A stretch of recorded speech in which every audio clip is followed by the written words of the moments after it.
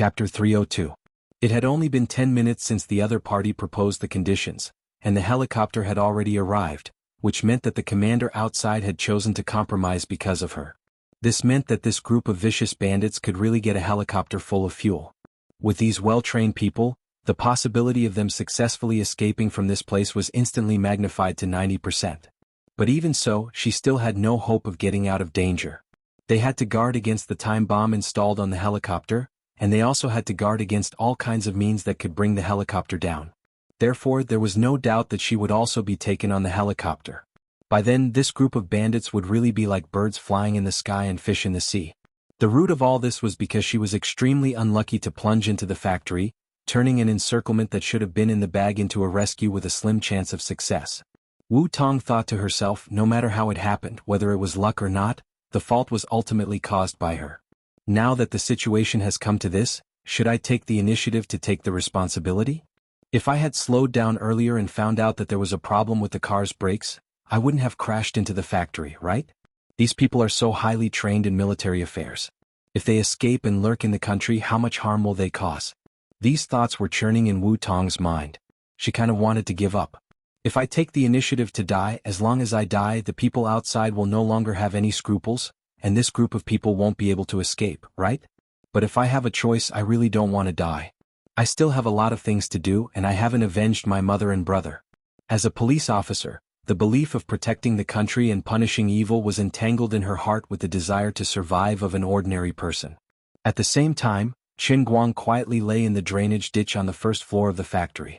Through the cement grill on the drainage ditch, he could even see the back of the white man standing not far away, and he could clearly hear these people's whispered conversation. In order to get here within 4 minutes, Qin Guang had already gone all out.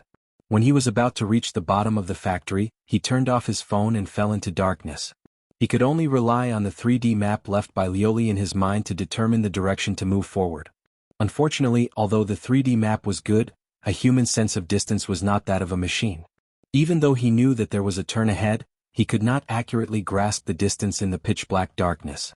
Every time he swerved through the pipes and ditches, he would either end up crashing into a corner, or he would be lucky enough to touch the wall first. In addition, because of the long years of disrepair, the cement pipe was not orderly, and some parts even collapsed. As Qin Guang climbed, he would bump into a sharp corner that suddenly protruded from the top of the pipe. It was all Lioli's fault for disconnecting again. Otherwise, with her following and commanding them, they wouldn't have ended up in such a miserable state. However, Qin Guang also knew that he could not be too harsh on Lioli. He was glad that he had managed to become a great perfection racer god training ground the last time he raced and got himself a statue of half an alto. Lioli's godly power was able to support him for today's squandering. Otherwise, if he did not have this detailed 3D image in his mind, he really would not have had any chance of winning. In the beginning, the pipe was still fine. It was at least half a person's height and it was very fast. Then he entered the rain-polluted ditch in the factory, and the situation began to change.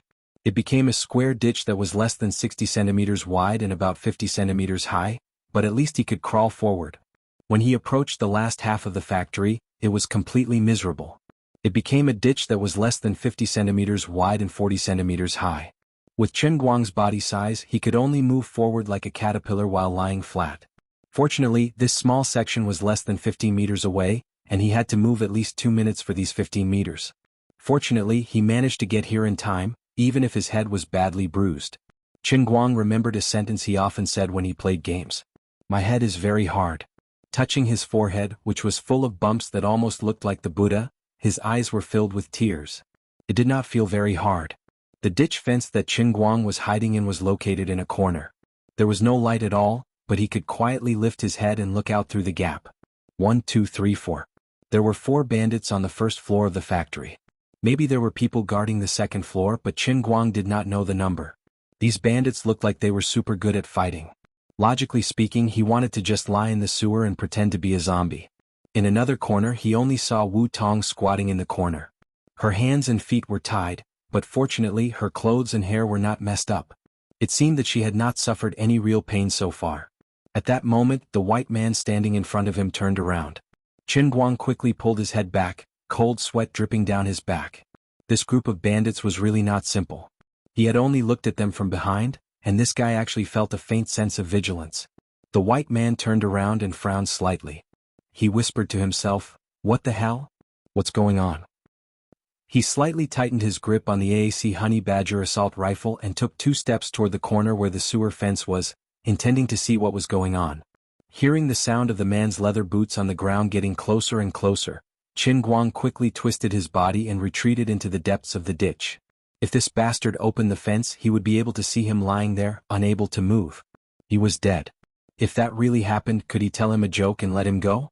For example, could he reluctantly stretch out his right hand and say, "Hey"? It was already difficult to crawl forward in this narrow sewer, and it was even more difficult to shrink back now. He could not move too much. The sound of leather boots was getting closer and closer, as if they were right in front of him. Qin Guang broke out in a cold sweat. "Wash the motor." At that moment, the sound of the helicopter's propellers was getting closer. The bandits who had been hiding behind cover finally knew that the helicopter was coming. "It seems that we picked up an amazing hostage. I gave them 15 minutes and the helicopter arrived in just 10 minutes. Sergio laughed heartily as he walked toward the corner where the white man was hiding. He then instructed, "Velen, go upstairs and take a look. I'll get them to park the helicopter behind this house. We need a safe escape route." The Velen that Sergio was calling out to was the white man who was about to head to the corner. When he heard that the helicopter had arrived, Velen heaved a sigh of relief. He tossed aside the indistinct feeling of discomfort and replied, "No problem." He then walked up the stairs. Qin Guang let out a long sigh of relief. The old man was, after all, a man who was truly blessed by the gods. At the critical moment, he had managed to escape by the skin of his teeth. Logically speaking, my poisonous healer is a little powerful. That brother named Velen had already shifted to where I was, but I was still able to heal him back? Old immortal Su Dong's magic power was boundless. Full. Chapter 303. Apart from that, he also heard the conversation between the two of them clearly and instantly figured out what was going on. He knew that the helicopter was the product of the negotiation between the two parties, and he instantly deduced the safe escape route that the bandits wanted. He also deduced that the other party would definitely use that route to head to the open space behind the factory where the helicopter could land. As an outsider, it was impossible for him to get any help from the police or the military. In fact, they didn't even know that there was a daring person on their side who had quietly sneaked a few meters away from the bandits. With just a dagger, if he wanted to rescue someone from the hands of the armed bandits, he would have to use an unorthodox method. He would have to play his cards out of the box and use his understanding of the terrain to the fullest.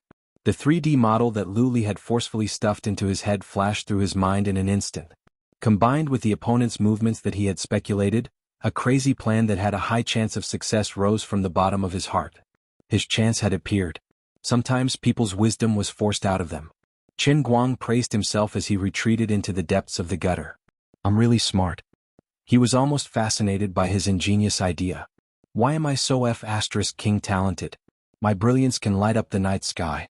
On the other side, Wu Shan was roaring angrily into the phone. "Didn't I tell you to wait for me?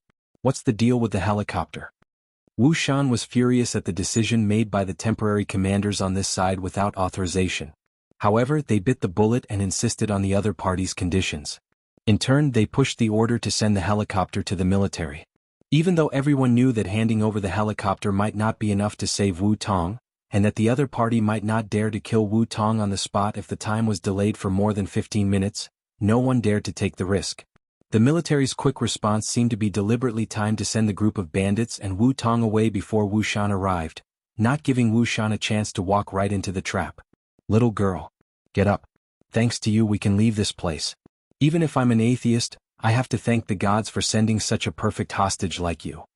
Sergio walked in front of Wu Tong and tried to pull her up. Wu Tong stood up with her back against the pillar.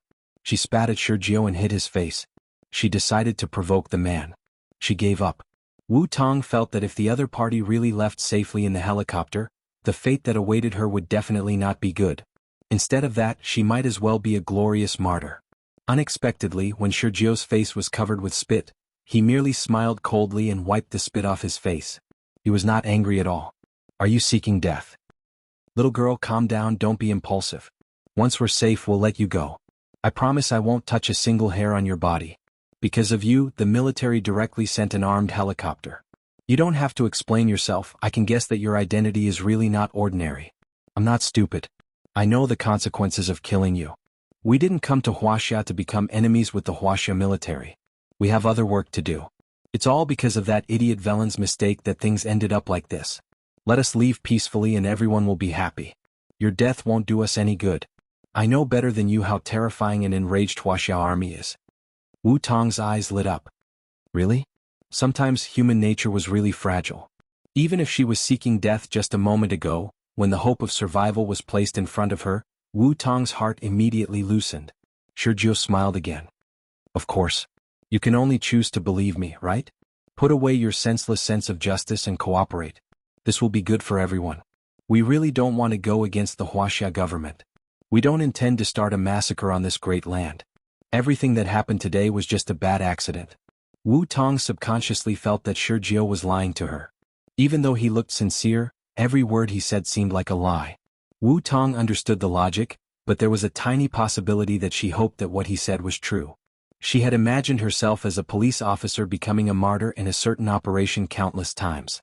However, the sudden death in a confrontation and the anxiety she felt after becoming a hostage were completely different. Once again she decided to compromise. She would not give up hope of survival until the very last moment. After being pushed to the front of the crowd, Wu Tong staggered forward. She used to think that she was an indomitable tough woman, but now she was no different from an ordinary woman. How she wished that a godlike man would descend from the sky and save her from this group of demons. After thinking about it, could anyone in this world save her unscathed in such a situation? Kill 7 such terrifying bandits in an instant and not give them a chance to shoot me? Was that even possible? The Huaxia man named Shurjiu was paying full attention to the situation around him. The other 6 bandits of different skin colors were also on high alert. A total of 7 people were all hunched over. Their bodies were stretched taut like cheetahs ready to pounce. The helicopter had completely stopped over there, and the soldiers on the plane had long been evacuated.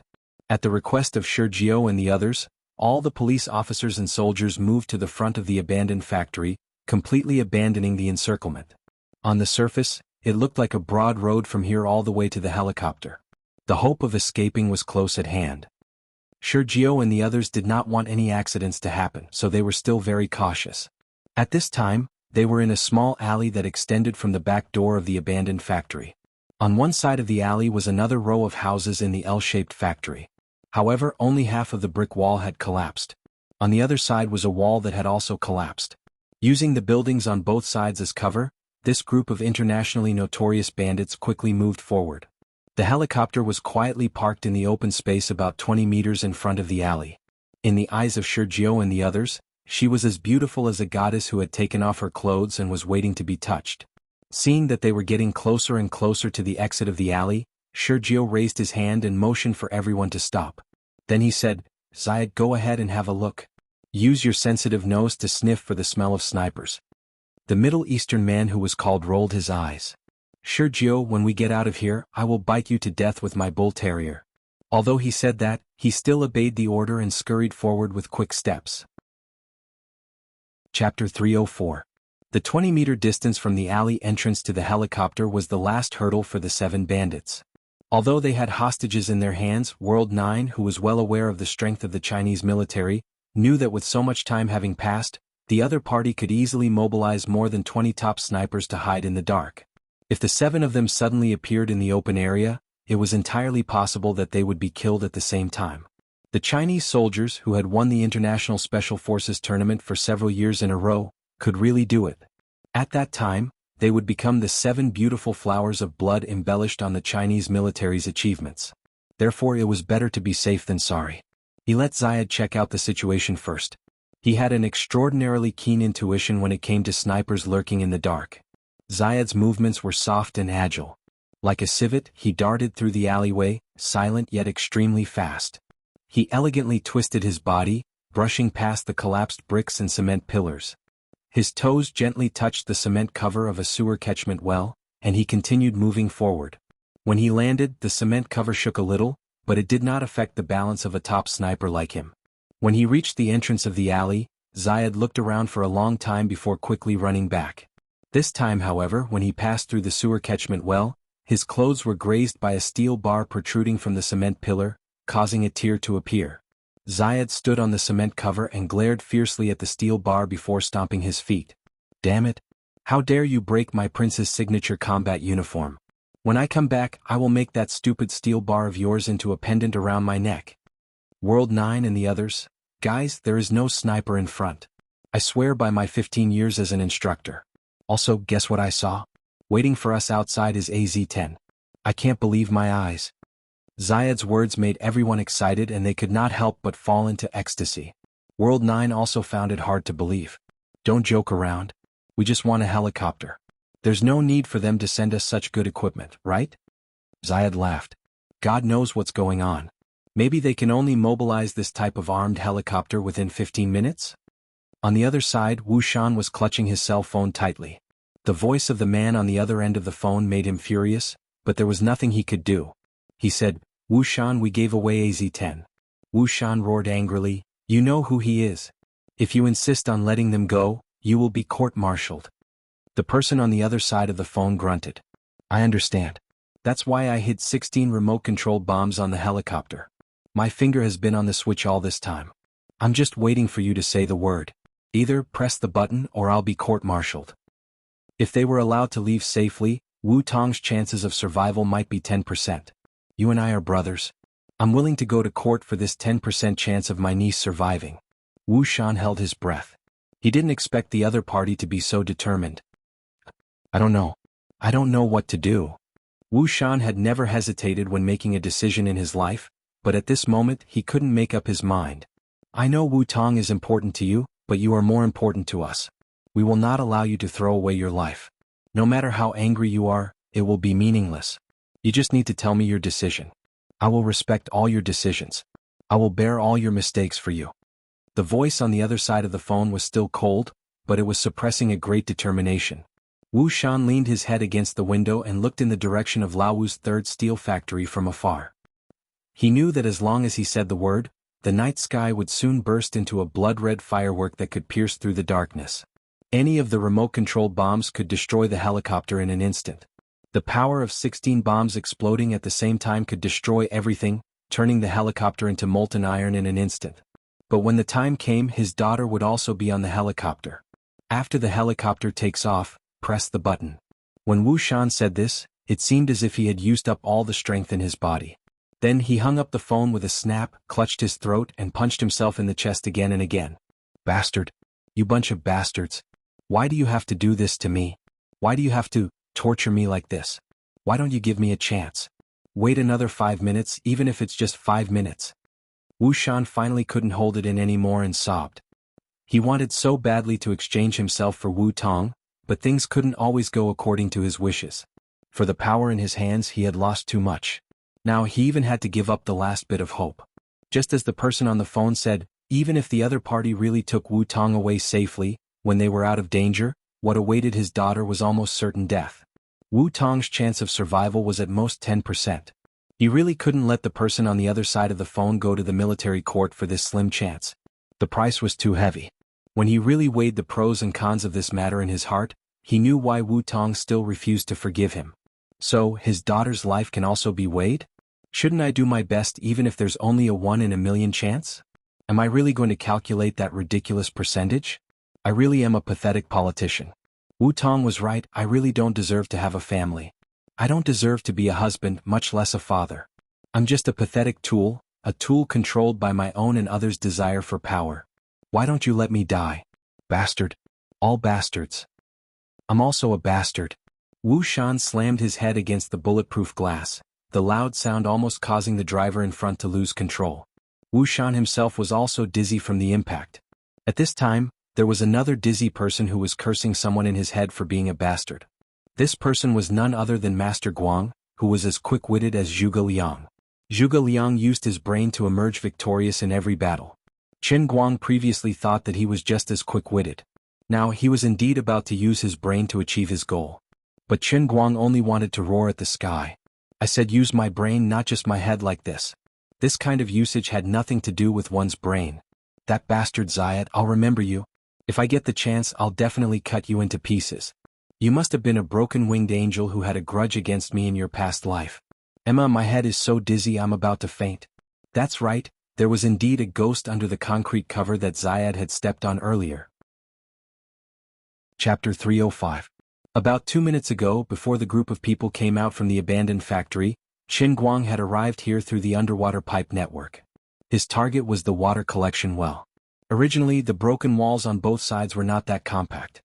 He had used his fastest speed to move some gravel and cement pillars over, forcefully compressing the space on both sides of the alley.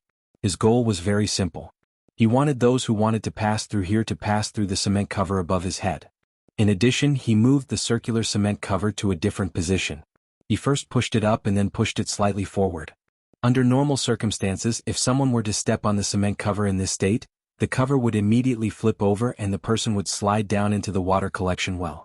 No matter how powerful a person was, they would find it hard to react to such an unexpected situation. Not to mention, Qin Guang would add more force when the cover flipped over. That way he would be able to catch the other party off guard. As long as the other party did not tie Wu Tong up, Qin Guang believed that with this move, he would be able to snatch Wu Tong away in an instant. Once Wu Tong was dragged into the underground pipe network with the 3D model in his mind, the chances of successfully taking Wu Tong away was as high as 376%. Don't ask me how I calculated this. This is metaphysics and cannot be explained. The plan was perfect. All that was missing was a little sister Wu falling from the sky. But here came the problem.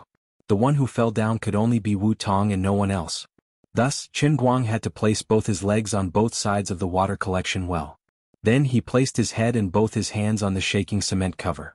He used his head and hands to hold the cover until Wu Tong stepped on it. From his position he was able to see the person in front through the gap in the cover. It was not difficult to identify Wu Tong from her pants and feet. Everything appeared perfect until Zayed stepped on it twice. The first time Qin Guang easily held on. However, the sudden impact caused him to be pressed down hard. The hard cement cover slammed into his head, causing pain. Thankfully, he had transformed into a Buddha Knight in advance and accumulated enough bumps on his head. Disregarding everything else, the bumps on his head gave him the ability to resist the impact. It was as if he was wearing a safety helmet. There was a bump on his head, but he didn't panic. It was not until Zayed stepped on him for the second time that Qin Guang was still feeling smug in his heart. Then he was brutally hit in the head. It was one thing for this damn Middle Eastern bastard to stand on it, but this bastard actually stomped on it. This kick dealt a critical blow to Qin Guang, who nearly fainted from the impact. Monstrous hatred surged in his heart, and he bit the dagger so hard that it almost broke.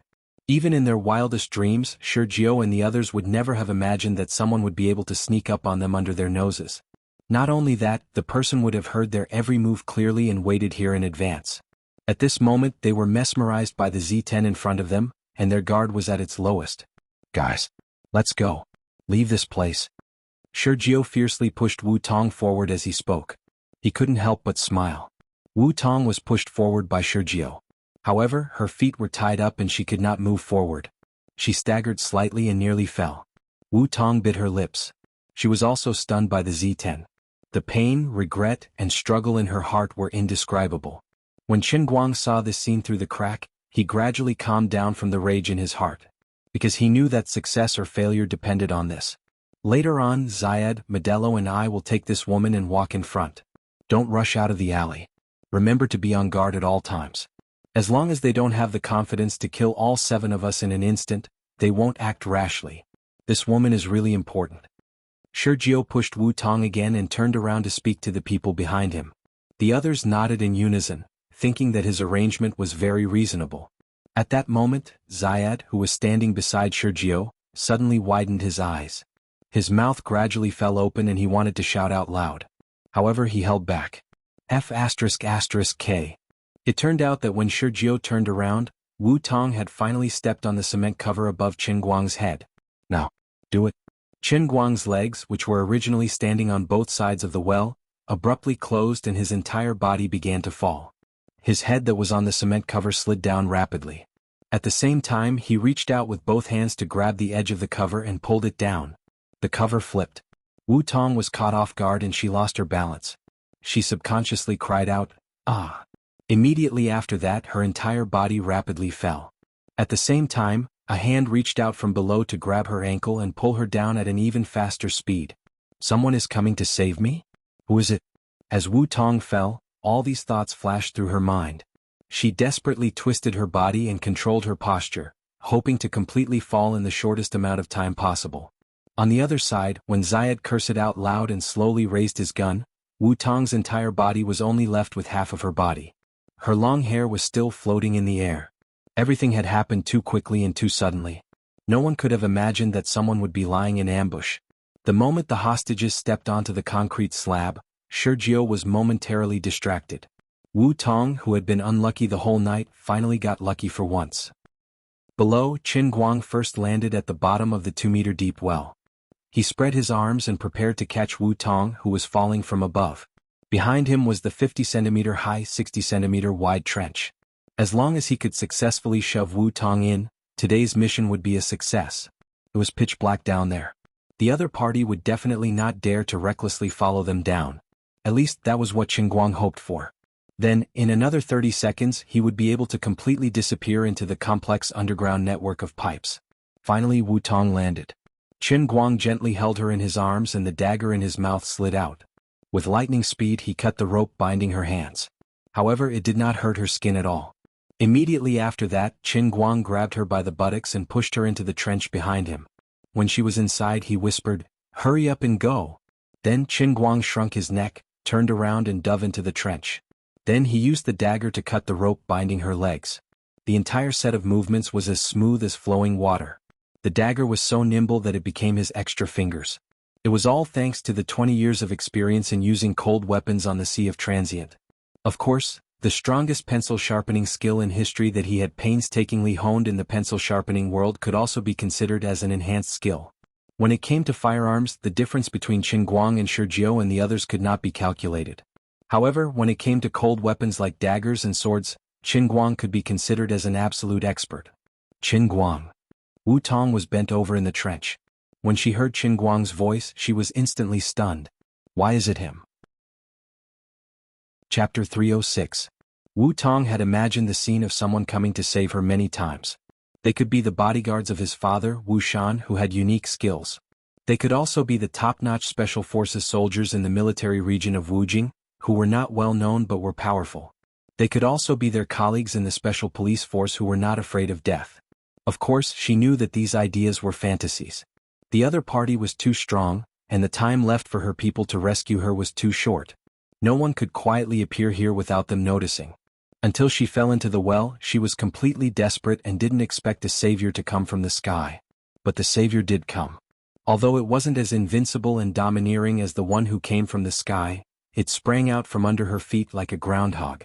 Although it wasn't handsome enough, it was really sudden and effective. But why was it the younger brother who was still angry with her in the afternoon? Wasn't he a college student? Wu Tong really couldn't figure it out, so she was in a daze. Seeing that she didn't move, Qin Guang was anxious. He pushed her round buttocks from behind and squeezed himself into the gutter. Crawl forward. Wu Tong immediately came back to her senses. She would ask him after they escaped. Now was not the time to think about it. She rushed forward. Qin Guang's lips, which were biting the dagger, curled up slightly. He crawled forward and hid his whole body under the gutter. At this time, Qin Guang couldn't help but feel proud. It was really a safe move. The group of grandsons above wouldn't dare to jump down without knowing the situation. Then he heard a crack behind him as if something had fallen and smashed into the sole of his foot. Qin Guang bent his neck and looked back. He felt bad. Under the dim moonlight that leaked through the well, he could vaguely see what was lying quietly behind his anus. Damn it. Yes, it was a mini grenade the size of a baby's fist. Under the moonlight, the grenade lay quietly in the shadow, shining with a charming metallic luster. Indeed, they didn't follow him rashly. They just threw down a grenade without hesitation. In this short moment, Qin Guang felt that his thinking speed was faster than the speed of light. He really thought about a lot of things. I'm still a virgin. I'm still so young. I just earned 180 million, and I haven't spent it yet. The worst thing in the world was to be alive but penniless. What was even worse was that the person had died, but the $180 million had not been spent. My father was going to have to send his son off. I didn't become a real rich second generation, nor was I a rich first generation. However, I left my parents a huge inheritance that they wouldn't be able to spend in a few lifetimes. Just thinking about it made him feel miserable. Also, if the grenade were to explode at such a close distance, wouldn't this daisy that I've kept for 20 years blossom? I was an indisputably straight man before I died, but when I died I became a gay man. The fate of life was truly indescribable in a few words. Also, if I spread out my body, would I be able to block the impact of the grenade's explosion? Wu Tong would be able to survive, right? A saint like me will definitely be able to reincarnate well in my next life, right? Wait, block the impact of the explosion? Logically speaking, I have a pretty good idea. Maybe I can try it.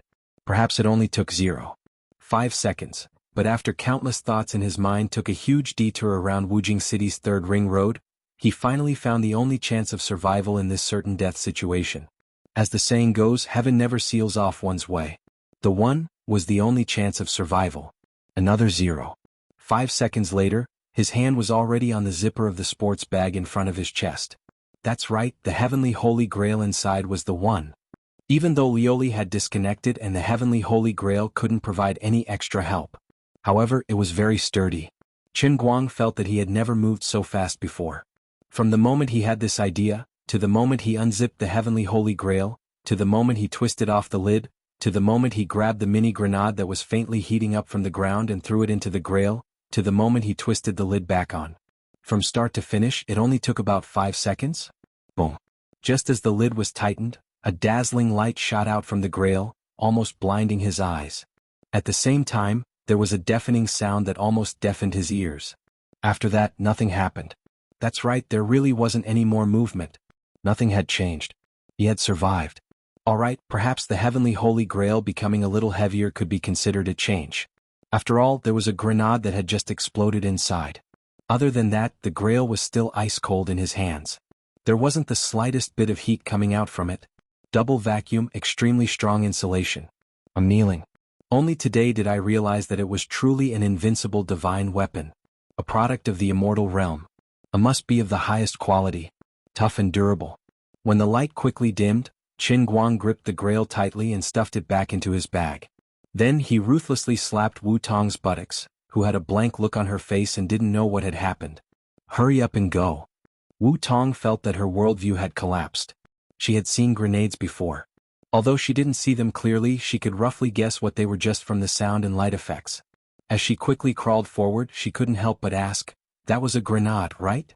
Qin Guang couldn't explain it to her. He could only urge her, "I'll explain it to you later." Are you born in the year of the horse? Move a little with a slap? Can we not be a scammer? Can we run faster? Wu Tong's face turned red and she didn't dare to say anything else. She lowered her head and scurried forward. Lower your head. You'll hit your head. The two of them crawled forward for about 5 to 6 meters when Qin Guang suddenly said. Wu Tong asked curiously, "How did you know?" Qin Guang slapped her buttocks again. "The 56 bumps on my head can answer all your questions." At that moment, Wu Tong was not the only one who was shocked. Even Shurjiu and the others who were standing at the well were completely dumbfounded. The most important hostage had escaped like a rat right under their noses. Zayed, who was the first to notice this, had only considered it for less than 3 seconds before making a decision. He quickly removed the grenade from his waist, pulled the fuse and tossed it into the well. "I'll blow you up." Zayed roared angrily. Shurjiu didn't even have time to stop him. He cursed, "Zayed, you idiot." Then the 7 of them quickly retreated and fell to the ground. Zayed's mini grenade was a fortified version that he had meticulously made himself. Its power was extraordinary. There was no need for the others to point it out. Zayed knew that he had done something stupid. Although he had managed to kill the woman and the person who rescued her, which was quite satisfying, the loss outweighed the gain. Losing the hostage meant that they would no longer be able to safely cross the 20-meter gap to reach the helicopter. Since the other party could appear from the sewers, it meant that there was a way out from here. But now the passageway was about to collapse. Was there anything more depressing than this? But in reality, the grenade exploded as expected. The sound and visual effects were very powerful, proving that the mini grenade Zayed had made was extraordinary. After that, there was no more movement. The well did not collapse. Not even a wisp of smoke came out from it. The 7 international felons who were lying on the ground raised their necks to look at the well, a look of bewilderment on their faces. Does this mean that our grenade was made with special effects? It's just for show? Chapter 307. Forget it, let's not care about that. With such a loud noise, it's impossible for the Chinese military to not have made a move. We can't go to the helicopter. Without a hostage, even if we get on the helicopter, we will definitely be killed by the explosion. Shurjiu said loudly. Mr. Sergio, what should we do? The muscular black man Modelo, who had been silent all this while, asked in a low, muffled voice. Go after them. Since they've snuck over here, we can definitely follow them from below and escape to the outside. Sergio said resolutely. Beside him, Velen muttered, but no one can guarantee how many people are waiting for us at the exit of the sewers. On the other side, Modelo had already lifted the cement cover and jumped down. Sergio snorted. That's why we have to move fast. As long as we catch that woman again, even if there are people waiting for us outside, the situation won't be any worse than it is now. Sure. On the other side, Zayed also jumped down with Modelo. He was really curious as to why there was no reaction from below even though his grenade had clearly exploded. The 7 bandits made a prompt decision and one by one they scurried downwards. Waylon, who was the last to fall, was more vigilant. He pulled the well's cover over and covered it tightly. He said to Sergio, who was in front of him, I have a feeling that there's only one person on the other side? Zayed, who was crawling at the front, shrugged his dog nose. Velen, you're right. There's only one person. But? Sergio asked, but what? Zayed pondered for a moment. There's a very strong smell of blood. You can even smell that? Modelo, who was crawling at the front, asked curiously. Zayed grunted. This is the skill that I, Zayed, am most proud of. There's no mistaking it. The person who saved the policewoman was very terrifying. His hands were stained with blood.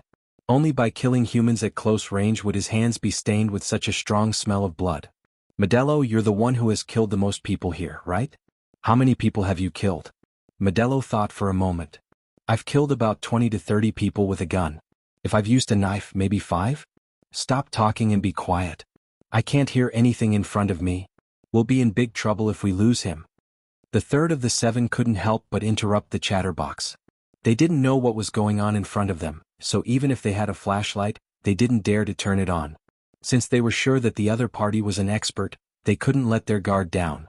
In this long and narrow tunnel of the sewer network, if the other party found a corner and waited in front of them with a machine gun in hand, no matter how elite the 7 of them were, they would definitely die without a burial ground no matter how strong they were. Of course, Qin Guang knew what was going on behind him. He had hoped that the other party would not dare to follow him for fear of harming the innocent. However, things did not develop in the direction he hoped for. After losing the hostage, it was understandable that they would make a prompt decision to follow him. What bad luck. They're following us. Hurry up. This is my phone. Take it first. Think of a way to contact the people outside.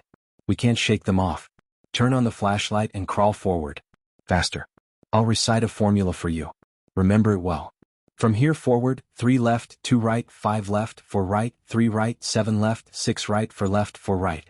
Remember this sequence. Then you'll be able to enter the large pipe that leads to the outside. After you get out, contact the police and troops outside as soon as possible.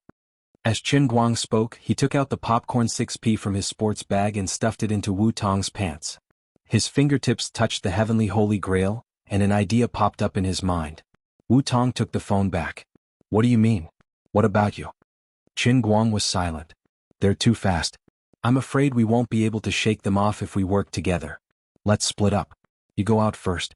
I'll be responsible for luring them deeper. You bring people back to save me as soon as possible. No. Wu Tong of course wouldn't agree to Qin Guang's request. Qin Guang said firmly, we have to do it even if we can't. You're crawling too slowly. The space in this stupid pipe is so narrow. If they catch up, we'll both die. To be precise, if we don't split up and move together, we can probably live for another minute. I don't want to die with you. Wu Tong still insisted. I'm the police officer. I should be the one luring them inside. You go out and find people. Qin Guang was furious. Who the hell has the time to waste with you? Why are you still talking about the police's sense of justice at a time like this? If you say any more nonsense, I'll haunt you even if I die and become a ghost. You want to lure them inside? Just you? Can you stop joking? Do you know the structure of the pipe network? Do you think it's luck that I appeared there to save you? The entire underground pipe network of the 5th and 3rd steel mills is in my head, okay? As long as you get the hell out of here, I can play them to death as much as I want in here alone. Can you not screw me over? Can you not drag me down? Get lost. Wu Tong didn't expect Qin Guang to be so angry. Your sister. The male protagonists in war movies always die because the female protagonists talk too much, okay? They could have escaped unscathed, but because they talked too much, it became a sad movie. Okay? Be gentler. Don't worry about me. The underground network is very complicated. As long as you run away, I'll meet up with you in a few minutes. The two of us can go out for a hot pot and come back. These people are still going around in circles. It's much more complicated down there than you think. Have you memorized the formula? I forgot. It's too long. *CK. In the end, Qin Guang still dawdled a little more. Since his phone was turned on, he simply wrote a notebook on his phone and saved the formula in it. He wasted more than 30 seconds. Then he pushed Wu Tong fiercely and stuffed her into a maintenance hole next to a small well in the middle. Then he took out a wet wooden board from the water and slapped it on top of it, completely covering her. He instructed, "Stay here and don't move. When I lure them away, you can quietly crawl out according to the route written in the notebook. Don't let your phone make any noise and remember to turn off the screen. I'm leaving first." After that, Qin Guang dived into the depths himself. He only said to Wu Tong from afar, "I can climb at least twice as fast as carrying you. Please don't be like the female protagonist in the TV series and make things difficult for me. My goal is to live to the end of the story." Thump thump thump. Thump thump. Thump thump. Thump thump. Thump thump. Thump thump. Thump thump. Thump thump. Thump thump. It couldn't be helped. Blindly pursuing speed, he naturally didn't care about protecting his head. It was good to bump his head all the way. He could treat it as deliberately making noise to lure people towards him. Chapter 308. Fortunately, the 3D map in Qin Guang's mind was obtained in real time. Some places had collapsed to the point that people could not pass through. This was reflected in the 3D model, so he could detect it in advance and avoid it. Otherwise, it would have been a tragedy if he had plunged into a dead end. Wu Tong curled up in a dark corner and listened to the sounds of Shijio and the others crawling past her. She held her breath and felt an indescribable mix of emotions in her heart. Qin Guang's sudden outburst of dominance made her unable to muster up the courage to oppose him. She could only do as he asked in a daze. However, now that he had lured them away, Wu Tong could not help but feel ashamed and regretful. Although his words sounded nice, his actions were actually using his life to cover his retreat. No matter how familiar he was with the terrain, he could not change the fact that there were 7 terrifyingly powerful bandits trailing behind him. He only had a dagger. How could he deal with the 7 of them? Wu Tong desperately suppressed her crazy heartbeat. She was even afraid that the sound of her heartbeat would be heard by the bandits who were leaving. Her heartbeat was so loud that it sounded like thunder in her ears. "I always thought you didn't like me at all. I didn't expect you to be willing to die for me. Compared to you, I'm really a terrible police officer and a terrible sister." When the bandits finally left, Wu Tong gently pushed away the wooden plank in front of her. She struggled in pain and quietly walked toward the exit according to the direction Qin Guang had pointed. If Wu Tong had a gun in her hand, she would definitely choose to jump out without hesitation and sneak attack the 7 bandits from behind. Even if she could kill one of them, it would still be good. However, she was unarmed, so she could not die in such a meaningless way. Since Qin Guang had said that he could stall for time, he might be able to escape from another exit. The biggest role she could play was to rush out as soon as possible and contact the people outside as soon as possible. The earlier she could get the people to support her, the earlier she could get Qin Guang out of danger. For right. Turn right at the 4th bend. It's here. Even Wu Tong was impressed by how Qin Guang managed to memorize such a complicated escape route in his mind. After a few turns, her confidence in Qin Guang grew. At this moment, a loud noise suddenly came from the depths of the network. Boom. A few seconds later, a strong gust of air came from behind, pushing Wu Tong forward and causing her to fall. Her confidence, which had just been ignited, instantly froze. What was going on? What happened? Wu Tong's heart sank to the freezing point in that instant. There was no doubt that Qin Guang did not have any weapons. Such a deafening explosion could only have been caused by the bandits. Wu Tong's mind went blank. She couldn't care less about what Qin Guang had told her just now. She broke into a run and frantically crawled toward the source of the explosion. With such a violent explosion underground, there was no longer a need for him to inform others. The police and the army would respond in time. If Qin Guang is really dead, then I will be buried with him. I can't live alone. Wu Tong thought to herself as she desperately used her hands and feet to move forward. About 30 seconds ago, Qin Guang was stumbling all the way forward. He realized that he had underestimated the other party's capabilities.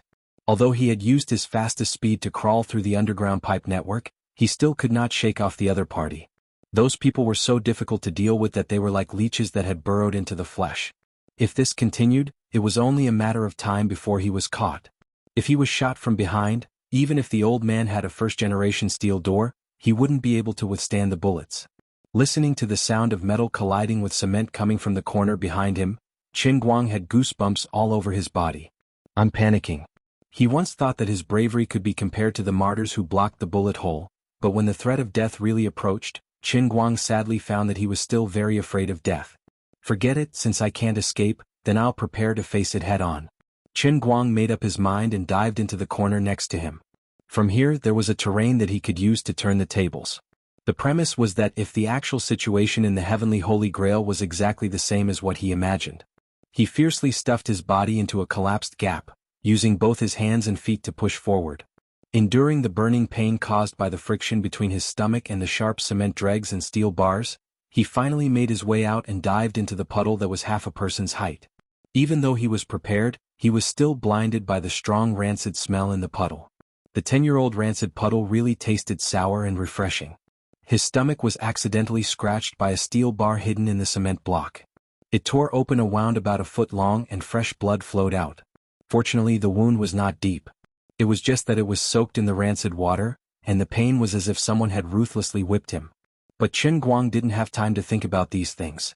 Instead, he immediately stood up and turned around to look at the place he had just come from. At this moment, he was standing in a sealed underground reservoir. About half a meter of the pipe had collapsed from the hole he had just come out from, leaving only a gap that was just big enough for him to squeeze through. Once he came out, he would immediately be in this reservoir. Even with Qin Guang's physique, it was very difficult for him to pass through. The 7 bandits were generally much stronger than him, so it would be even more difficult for them to squeeze through the gap. But Qin Guang couldn't count on this thing to stop them.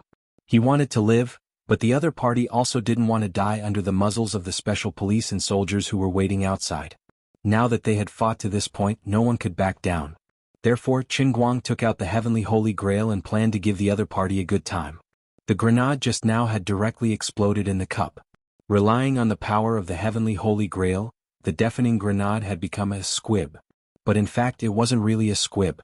Instead, the power of the entire explosion had been locked inside the cup. Regardless of whether it was the shrapnel that was supposed to fly everywhere or the air current that was engulfed in flames and heat waves, everything was locked inside. Perhaps this cup could be used as a delayed detonation bomb? While hiding at the opening of the sewer, Qin Guang twisted the lid of the cup with all his might.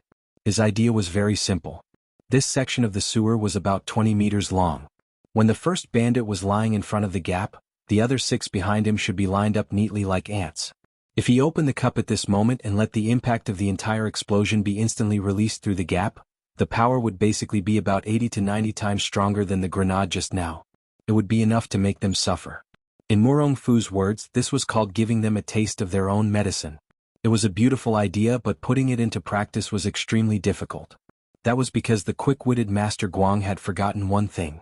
The F*King lid couldn't be opened at all. The air pressure in the cup was about to break through the sky, and the lid was so tight that it seemed as if it had grown from it. It wasn't something that a human could handle. Kacha.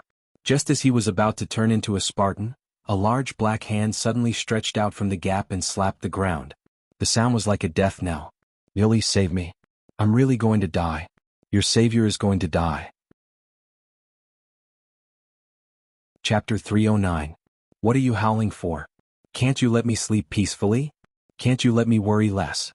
How could I be so blind to choose you? Liuli's drowsy voice sounded. Qin Guang was so excited that he was about to cry. He didn't realize how good she was in the past and always felt that this woman liked to slack off. Today, Qin Guang knew that his emperor god would grant her every request. Qin Guang quickly muttered in his heart, "My good Liuli, help me. I can't open this cup. Oh my god. Help me. Oh my god. My hair." Unexpectedly, when Liuli fully manifested, she screamed in a voice even more miserable than Qin Guang's.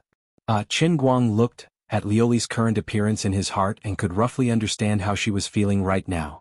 Liuli, who originally had snow-white skin and elegant long hair, had now turned black all over her body. Only her 2 big eyes that were wide open could be seen. As for her hair, it was in a completely fluffy state. Her black and beautiful long hair was gone and had turned into a curved hair that shot up into the sky. She looked like a certain black basketball player in the NBA who was famous for his afro hair. No, coupled with the fact that she was naked and only covered by 3 clouds, she should be a movie star in an action movie across the sea. Moreover, she was a black pearl movie star. The reason why Lioli ended up like this was naturally because the grenade exploded in the cup. Then she discovered something and screamed, "Ah! My computer. My lifeblood. I don't want to live anymore. Little lightning. Little lightning, you died so miserably. You've been smashed into powder." The little lightning she mentioned was the top-end machine that I saw last time? Qin Guang was puzzled. Why did this happen? Qin Guang. You have to give me a reasonable explanation. Lioli roared. Qin Guang only needed to recall the scene of the grenade explosion in his mind before Lioli immediately understood. She glared at the void with a murderous gaze. Goodbye, friend. We are no longer friends. Don't. I didn't want this to happen. I didn't do it on purpose. You can't just watch them die. Now that everything was ready, all that was left was to open the cup. Why don't you help me out a little? I will never forget your great kindness. Get lost. Do you know how much divine power this empress sacrificed for little lightning? For little lightning, this old lady hasn't worn clothes for a long time. Do you understand the pain in my heart? Now it was all gone. You just blew it up. I don't even have the motivation to live anymore. Who the hell has the time to care about your life or death? Qin Guang's face darkened. Once Lioli's otaku nature was awakened, she was simply unreasonable. Can you not be like this? If worst comes to worst, I'll just create another Great Perfection Cup world. If the computer is gone, I can just install another one, right? Forget it, this empress really owes you. To think that the heavenly Holy Grail was one of the 10 great divine weapons of the endless divine world, yet it was actually used by you in such a manner. If you were to find out, you would definitely be filled with so much regret that you would want to slap yourself to death. Forget it, just throw it away. What? I told you to throw the cup over. Remember not to deflect it back. On the other side of the corner, Modelo, who was originally crawling at the front, was called back. The slimmer Zayed swapped to the front and was about to crawl into the gap. At this moment, Qin Guang stretched out his hand and threw the cup at the gap. The cup hit the wall of the sewer and bounced a bit before slipping through the gap and landing in front of Zayed. It rolled around on the ground in front of his chest. *CK. What is this? Zayed was so scared that he peed his pants. He lowered his head and shone his flashlight at the cup. Then he laughed. Ah, that idiot threw a cup back to scare me. Scared me to death. I thought it was a grenade. Yo, it's a Batman knitted cup cover. Seeing that this brother has the same taste as me, I'll give him a quick one later. Modelo, who was behind him, pushed him. Idiot. Hurry up. Are you a chatterbox? At that moment, the idiot Qin Guang that Zayed was referring to had his fingers stuffed into his ears. His mouth was wide open as he leaned against the exit and began counting down in his mind. 3, 2, 1, boom. That was the sound of the explosion that Wu Tong had heard.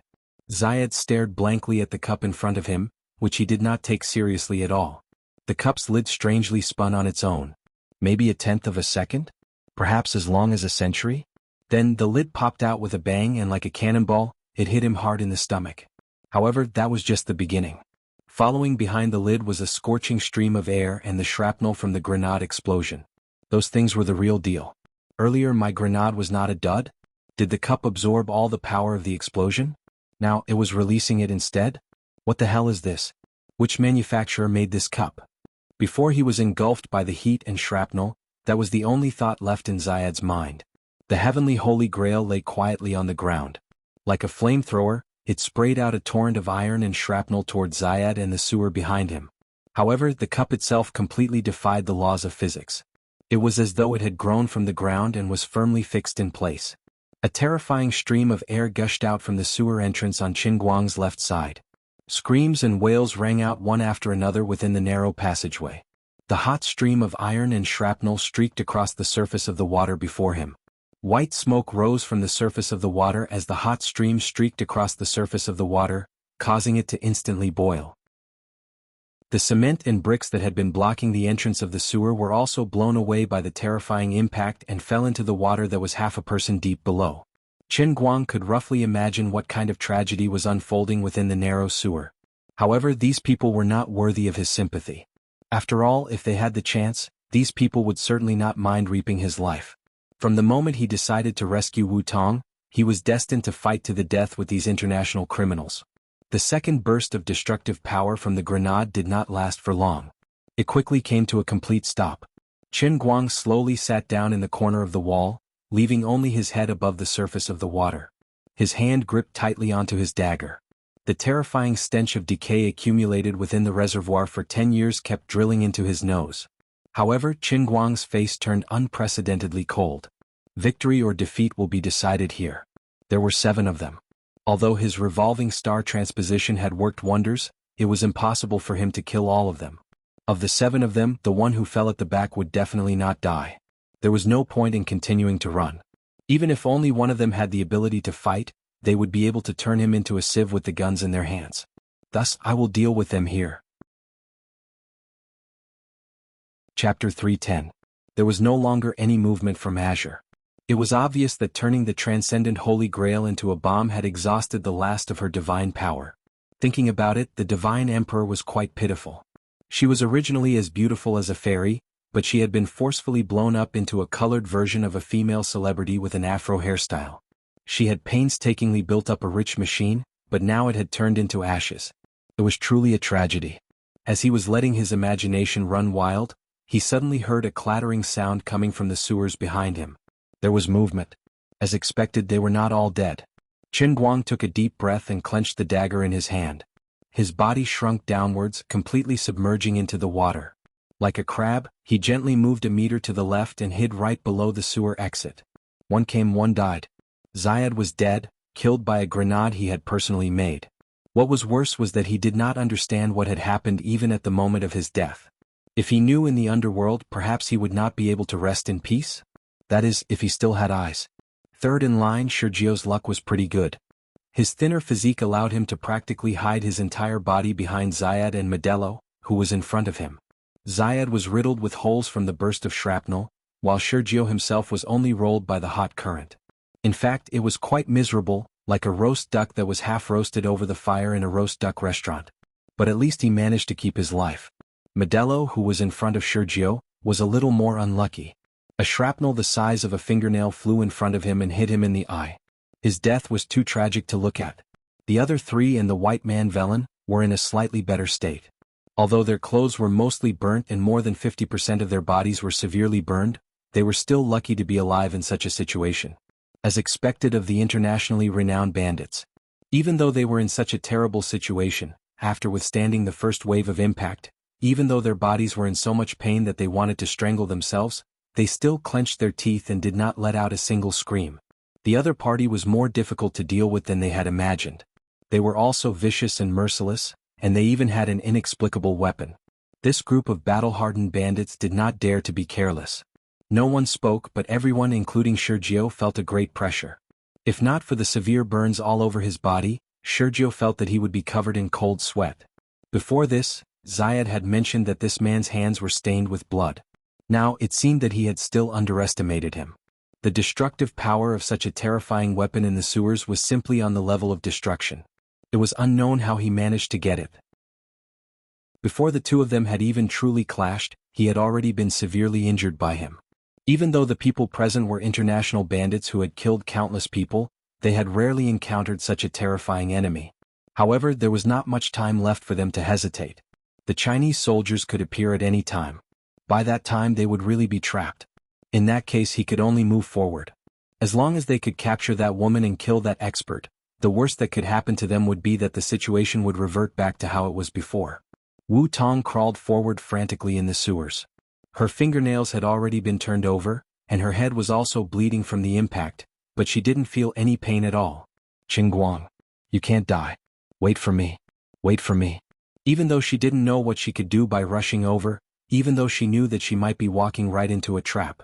Even though she understood everything, Wu Tong still couldn't change the fact that she wanted to rush to his side. From the moment Qin Guang lured everyone away, Wu Tong completely understood the deepest and truest thoughts in her heart.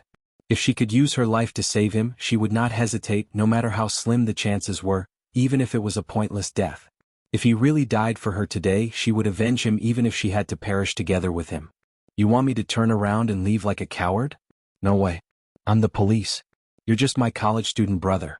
Dying on the battlefield is the fate of the police. College students should just hide in their ivory towers. Bam. Wu Tong bumped into the wall again. She saw stars and blood flowed down from her head.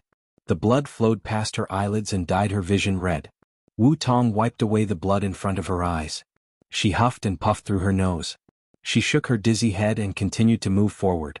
Chen Guang waited in the water for about 30 seconds. He couldn't breathe, but his experience in the Sea of Moments had made him much better at holding his breath underwater. A mere 30 seconds was nothing to him. Finally, a stone fell from above, splashed in the water, and hit him on the forehead. Chen Guang knew that someone had come out from above. He gripped the dagger tightly in his right hand and slowly raised it. His face was completely parallel to the surface of the water. Chen Guang's face slowly approached the surface of the water like a ghost. The first person to emerge wasn't Sergio, but a brown-skinned mixed-blood man. His movements were very slow, because every movement brought great pain to the burned parts of his body. He was already burned beyond recognition, and he could barely open his eyes. He carefully reached out with his hand. His body slid across the exposed steel bars. The rubble that had piled up in the tunnel was all gone. Only the steel bars were left. The steel bars pulled at his burnt and crisp skin. Blood and flesh intertwined, but he didn't feel any pain because his entire body was in extreme pain. Even so, his strong desire to live pushed him forward. His instinct as a fierce bandit made him grip the gun in his hand tightly. There was a small hole in front of him. He heard the sound of the stone falling into the water. Was there a pool in front? The man thought to himself. Then he slowly poked his head out. Immediately after, he felt a cold sensation on his neck. Then his mouth was covered by someone. Chen Guang was facing upwards. He allowed the man's hot blood to splash on his face, but he couldn't bear to blink. The right hand holding the dagger was pulling the man's hair, pulling his head down. His left hand was covering the man's mouth. The man opened his mouth fiercely and tried to bite Chen Guang's hand with his teeth. His body began to struggle like a worm. However, the blood on his neck flowed too quickly. His head quickly sank, and his consciousness gradually fell into darkness. Chen Guang's lightning-fast and ruthless knife found the man's weakest spot in the darkness and completely destroyed his neck. Chen Guang didn't know how deep he had cut, but it was at least 3 inches. The man's struggle became weaker and weaker. Gradually he stopped breathing. Chen Guang dragged the man forward with both hands. The person inside seemed to be impatient and pushed him. Finally, the man's entire body fell. Chen Guang, who had sunk into the water again, took advantage of the situation and gently sent the man to the side. He then returned to the exit. At that moment, Chen Guang was very surprised. He thought that he would be very flustered and nervous since it was his first time killing someone in real life. However, that was not the case. Chapter 311. He discovered that he was terrifyingly calm without any ripples, as if he wasn't cutting someone's throat, but a piece of rag. This kind of thing was done with incomparable proficiency. The blade was precise, the force exerted was perfect, silently taking a person's life, without the slightest bit of sloppiness. When someone else's hot blood splashed on his face, his mind was thinking, is it exactly the same as the taste in the Sea of Moments? Chen Guang secretly laughed bitterly, regardless of whether he admitted it or not. The 20 years he spent on the Enroyal had left a seed of a cold-blooded executioner in his heart. No matter how much he kept reminding himself that it was just a game, that it must be a game if he could revive, it was of no use. This game was too realistic, day after day of boarding the ship and killing, stabbing the blade into the body of others, watching the blood of others blossom into blooming flowers. No matter how much Chen Guang flaunted himself as a good youth of the new era, he couldn't help but become numb to life. It had been many days since he left the Sea of Moments. When he came out, he gave Bai Nyangzi a big fright, but as time passed, Chen Guang gradually returned to the feeling of reality, allowing the smell of blood in the Sea of Moments to wash away. Until today, when he started killing again. Chen Guang would never admit that he was a bloodthirsty person. He only wanted to be a happy youth. The reason why he became like this was probably because from the beginning, he believed that the other party deserved to die, right? I'm not bloodthirsty. I'm just numb. He lied to himself like this. While letting his imagination run wild, he mechanically repeated the same old trick. Another person was killed. Human blood was truly a poisonous thing, constantly smearing it on the face, pouring it into the nose and mouth, it would gradually numb the mind like alcohol. The third person's injuries were slightly lighter than the first two. He almost cried out. Fortunately, Chen Guang dragged him into the water in time. This person flopped in the water for a few seconds, but in the end he still couldn't escape the fate of death. But his abnormal movements greatly alerted the white man Velan, who was at the back. Chen Guang also knew that something was wrong, so he quickly and quietly moved to the side. As soon as he took 2 steps forward, a gun popped out from the entrance of the passageway and fired 3 shots at the position he had just been standing at. Chen Guang broke out in a cold sweat. The bullet closest to him brushed past his ear and almost drilled into his brain. David? God. Sinisa? What's going on up ahead? Answer me. Velan called out the names of the 3 people in front of him, but no one answered him because all 3 of them were dead. After waiting for another 10 seconds, Velan didn't dare to move. He didn't need the other 3 to answer him, because he could already smell the stench of blood in the air. Damn it. Velan cursed in a low voice as he stealthily took a few steps back. He gripped his gun tightly in one hand and grabbed his honey badger with the other. The sound of flowing water could be heard coming from the reservoir up ahead. In the silence of the underground, it was particularly eerie. Velan panted heavily. In his 30-plus years as a semi-professional soldier, he had never been as nervous as he was right now. It was as if he could lose his life in the next second. At this moment he knew that someone was waiting for him up ahead. The 3 of them had died without a sound, without even the slightest bit of struggle. Because of that strange flamethrower, the 7 of them had suffered heavy losses. But even so, it didn't change the fact that the other 3 were battle-hardened top-notch soldiers. And yet, they didn't even let out a scream before they died. Velan ruthlessly stomped on the already dead Zayat. He wanted nothing more than to crush his head. This guy over there is much more powerful than what you said. At this moment, the sound of tremors came from above him. It was the footsteps of the Chinese military and police. Velan knew that he didn't have much time to hesitate. The Chinese military was trying to find a way to get here. Now that he was seriously injured, if he were to fall into the hands of the Chinese military, it would be better to die than to live. But he didn't want to die. So he had no other choice. Even if the darkness ahead was like a ferocious beast, he could only resolutely charge forward. Bastard. I'll fight you to the death. Velan abruptly switched on the tactical flashlight strapped to his waist. With a twist of his waist, he fiercely leapt forward. With the honey badger in his right hand, the muzzle of the honey badger sprayed out a blinding flash as he flew through the air. Tut tut tut tut. The dense barrage of bullets carried Velan's strong will to live. It viciously vented out, forming a ring around him. Velan steadily landed on the ground, his left hand tightly gripping the pistol. His blood-red eyes scanned his surroundings as he panted heavily. There was no movement at all. Only the dripping sound of water could be heard from a distance in the huge reservoir. The tactical flashlight illuminated the situation in the reservoir. Velan saw David, Guy, and Sinisa floating on the water with their backs up and faces down. They were in 2 different corners of the reservoir. Dark red blood gradually spread out from the bodies of these 3 people, dyeing the muddy, stinky water a brownish-red color. Velan frantically looked around. Where are they? Come on, bastard. Before he could finish speaking, a long dagger ruthlessly stabbed into his heart from his back. Velan screamed in despair. He jerked his head back and pulled the trigger again, but it was empty air. The person who stabbed the dagger into his back disappeared again. Chen Guang crouched in the water. For the first time he felt that this filthy, rancid, decade-old wine was so cute. If it wasn't for the fact that this baby had no visibility, he would have taken a picture of that bastard without any explanation. But Chen Guang's luck was finally running out. Velan frantically sprayed his bullets before dying. Finally, a bullet pierced through the water and hit his shoulder. Chen Guang groaned. He spat out a lot of air and gulped down another mouthful of dirty water. But this still wasn't the worst situation. What was worse was that Velan suddenly saw bubbles rising from the water. He aimed the honey badger in that direction. Blood kept gushing out of his mouth, but a smug look appeared on his face. Ha!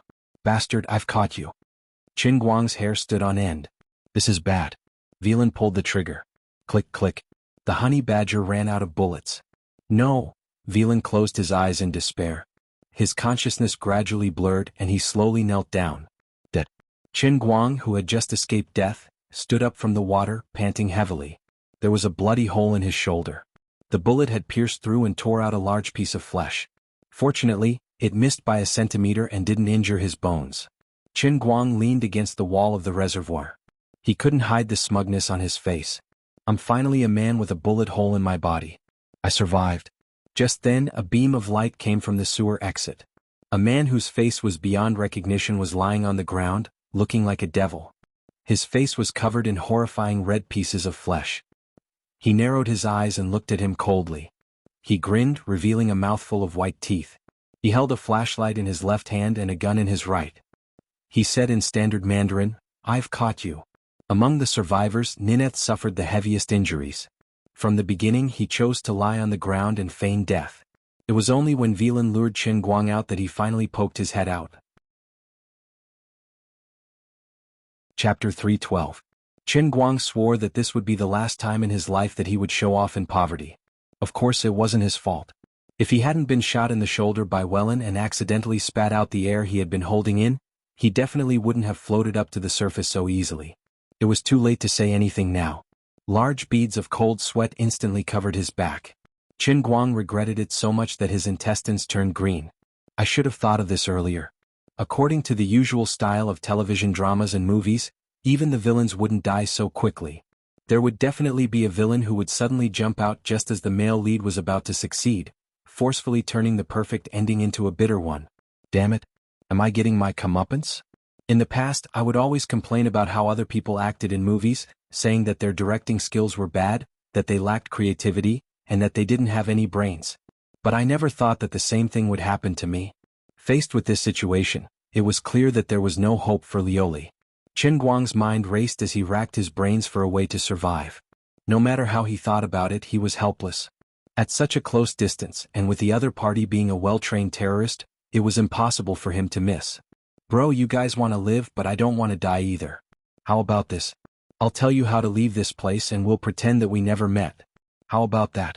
We're all Chinese and we don't fight each other. From the beginning to the end, it was just an accident. This is a misunderstanding. He wanted to see if he could stall for time.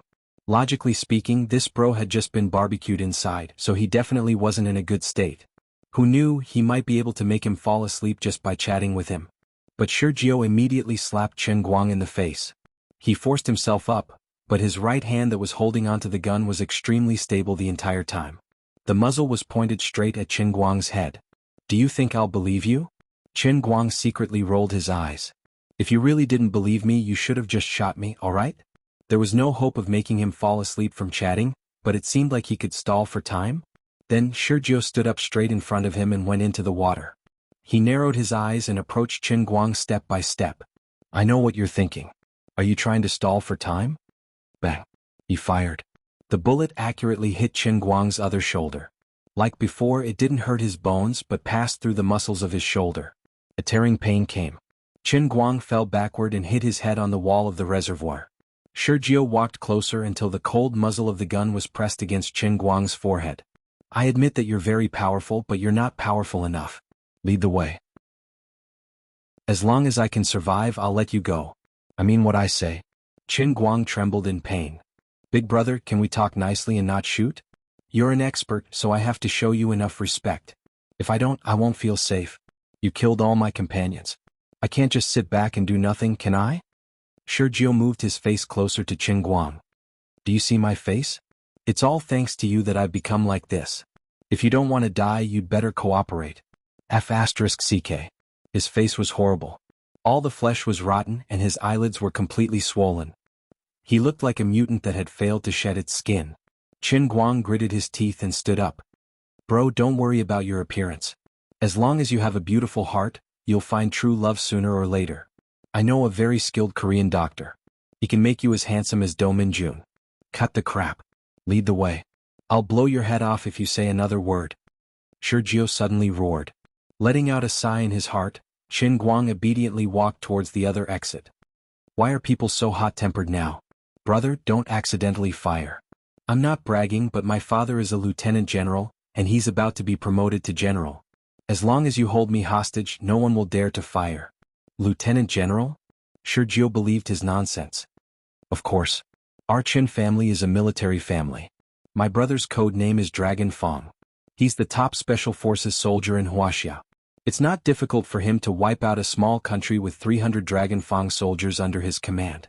What I have is just a superficial knowledge that my brother taught me. In a few years, when my father enters the command center, he'll play an important role in the Huaxia military for the next few decades. Besides my biological brother, I still have my cousin, uncles and uncles. No matter what you want to do, as long as you have me as a hostage, I can guarantee that everything you want will come true. The policewoman you caught just now is actually my fiancée. Her father's name is Wu Shan. Otherwise, why would I get involved in this matter? Wu Shan. Sergio had done a lot of homework. He immediately understood when Qin Guang mentioned the name Wu Shan. That's right. That's why the military gave you the helicopter without a second thought. There's a lot going on in this matter. As Qin Guang spoke, he gently lay down on the manhole in front of him. He had no choice. Both of his hands had been shot in the shoulders, so he could not exert any strength at all. Interesting. Looks like the other 6 people's deaths were worth it. Sergio's terrible mood instantly turned for the better. Actually, you're really strong. It's a pity that you met me. That's right. Unlucky. Otherwise, I think we could be friends. I think you and I are the same type of person. Bang. Sergio, who was standing behind Qin Guang, felt his head explode. At the previous exit, Wu Tong slowly lowered Zayad's sniper rifle. Qin Guang was so frightened by the gunshot that he peed his pants. He subconsciously shrank back, thinking that the guy behind him was tired of his talkative nature and fired again. He waited for a long time, but there was no movement. When he turned around, he saw Sergio's headless corpse. Not far away, a soft call came from another hole. Qin Guang? Old Master Guang's entire body went limp. Oh my God, I survived. Thank God. The saying that the villain dies because he talks too much is indeed stronger than the saying that the hero must die. I won the bet. Sis, you weren't so obedient to abandon me and run. You're too considerate. Although, deep down, I didn't want you to come back and drag me down. But if you saved my life instead, that would be a different story. Thank God you're back. I'm fine. I'm fine. I'm still alive. He forced himself to straighten his body and leaned against the entrance of the sewer. He subconsciously wanted to give Wu Tong a thumbs up, but he found that he could not lift his hand. Wu Tong was in a half-crouch. The sniper rifle in her hand was so hot that it looked as though it had just been fished out of boiling water. However, her hand was unprecedentedly steady. She continued to aim at Sergio, as though she was worried that this man who could not be any more dead would still be able to rise up and give Qin Guang a fatal blow. Then she finally heard Qin Guang speak. She saw him sit up bit by bit. His previously stopped breathing resumed and his frozen heart came to life once more. She tossed the sniper rifle away and jumped into the water. Using her hands and feet, she threw herself in front of Qin Guang, hugged him and cried. It's great that you're fine. Really? I knew I should have come back. I didn't become a deserter, Big sis, I was originally fine. If you hadn't let go, I feel like I'm really going to become disabled. Chapter 313. Wu Tong was so frightened that she quickly let go and snatched the flashlight from Sergio's hand. Then she kicked the corpse to the ground and shone it on Qin Guang's body. She burst into tears again. Your hand. Oh my God. If you become a cripple, can you not say such depressing things? As a veteran, how can I live without my hands? I can definitely heal it. Don't curse me. I was only shot in the shoulder. I've seen people survive after being shot in the neck. Wu Tong wiped away the tears and blood on her face. She looked confused. Veteran? Just leave. We're not from the same world. We don't have anything in common. Qin Guang spent about 3 minutes comforting Wu Tong. It was a pain in the ass. He was the one who was shot and she was the uniformed police officer. In the end, he, the victim, had to comfort the police officer. No, absolutely not. You were the one who killed these criminals. I was just a burden. How can I take the credit? Qin Guang wanted to let Wu Tong take the credit for killing these international criminals, but he did not expect her to reject him. He put on a straight face. Sis, can you not make things difficult for me? It's hard enough to work so hard to save a person, okay? I'm just a student, a cute college student. Now, you want me to jump out and tell others that this cute college student just killed 6 vicious bandits with his own hands? Cut their throats? What will others think of me? Will I still be able to live a peaceful life in the future? But Wu Tong felt extremely ashamed. She had been feeling terrible since the beginning of the day. Now that she was being asked to falsely claim credit, she could not get over it. An ordinary person killed 6 people for no reason. Maybe this person will be blamed on me in the end. Even if these people were criminals with blood on their hands, I won't be able to explain it. You're a police officer. You fought with the criminals and killed them. That's normal, okay? But no one will believe me. Wu Tong was still persistent. It doesn't matter if other people believe it or not. In any case, you and I are both dead set on it. There's no third person who can jump out and say that you're bragging. Come on, if you really feel guilty and apologetic and want to express your gratitude to the old man for saving your life. Qin Guang pondered. Wu Tong's breathing stagnated. She thought to herself, if he wants me to repay him with my body, even though I'm not mentally prepared yet, and even though I'm 5 years older than him, I'll still agree. She couldn't find another man like him in this world who was willing to die for her. As long as I become a family with him, his contributions will also be my contributions. If I get promoted because of this, it will also be his achievement. We will have a family. I can marry him and have children. I can raise him. Qin Guang continued, then you can. Wu Tong's breathing quickened. You can give me money. What? Wu Tong was dumbfounded. At the same time, Qin Guang also felt embarrassed. He's used to being poor and had forgotten that he's a tycoon with 180 million yen. Hence, he subconsciously said such embarrassing words. It's just a joke. Anyway, don't argue with me. It's decided. How do you want to repay me? We can talk about it in private later. Later, you must remember to keep a straight face and insist that you're pretending to be weak.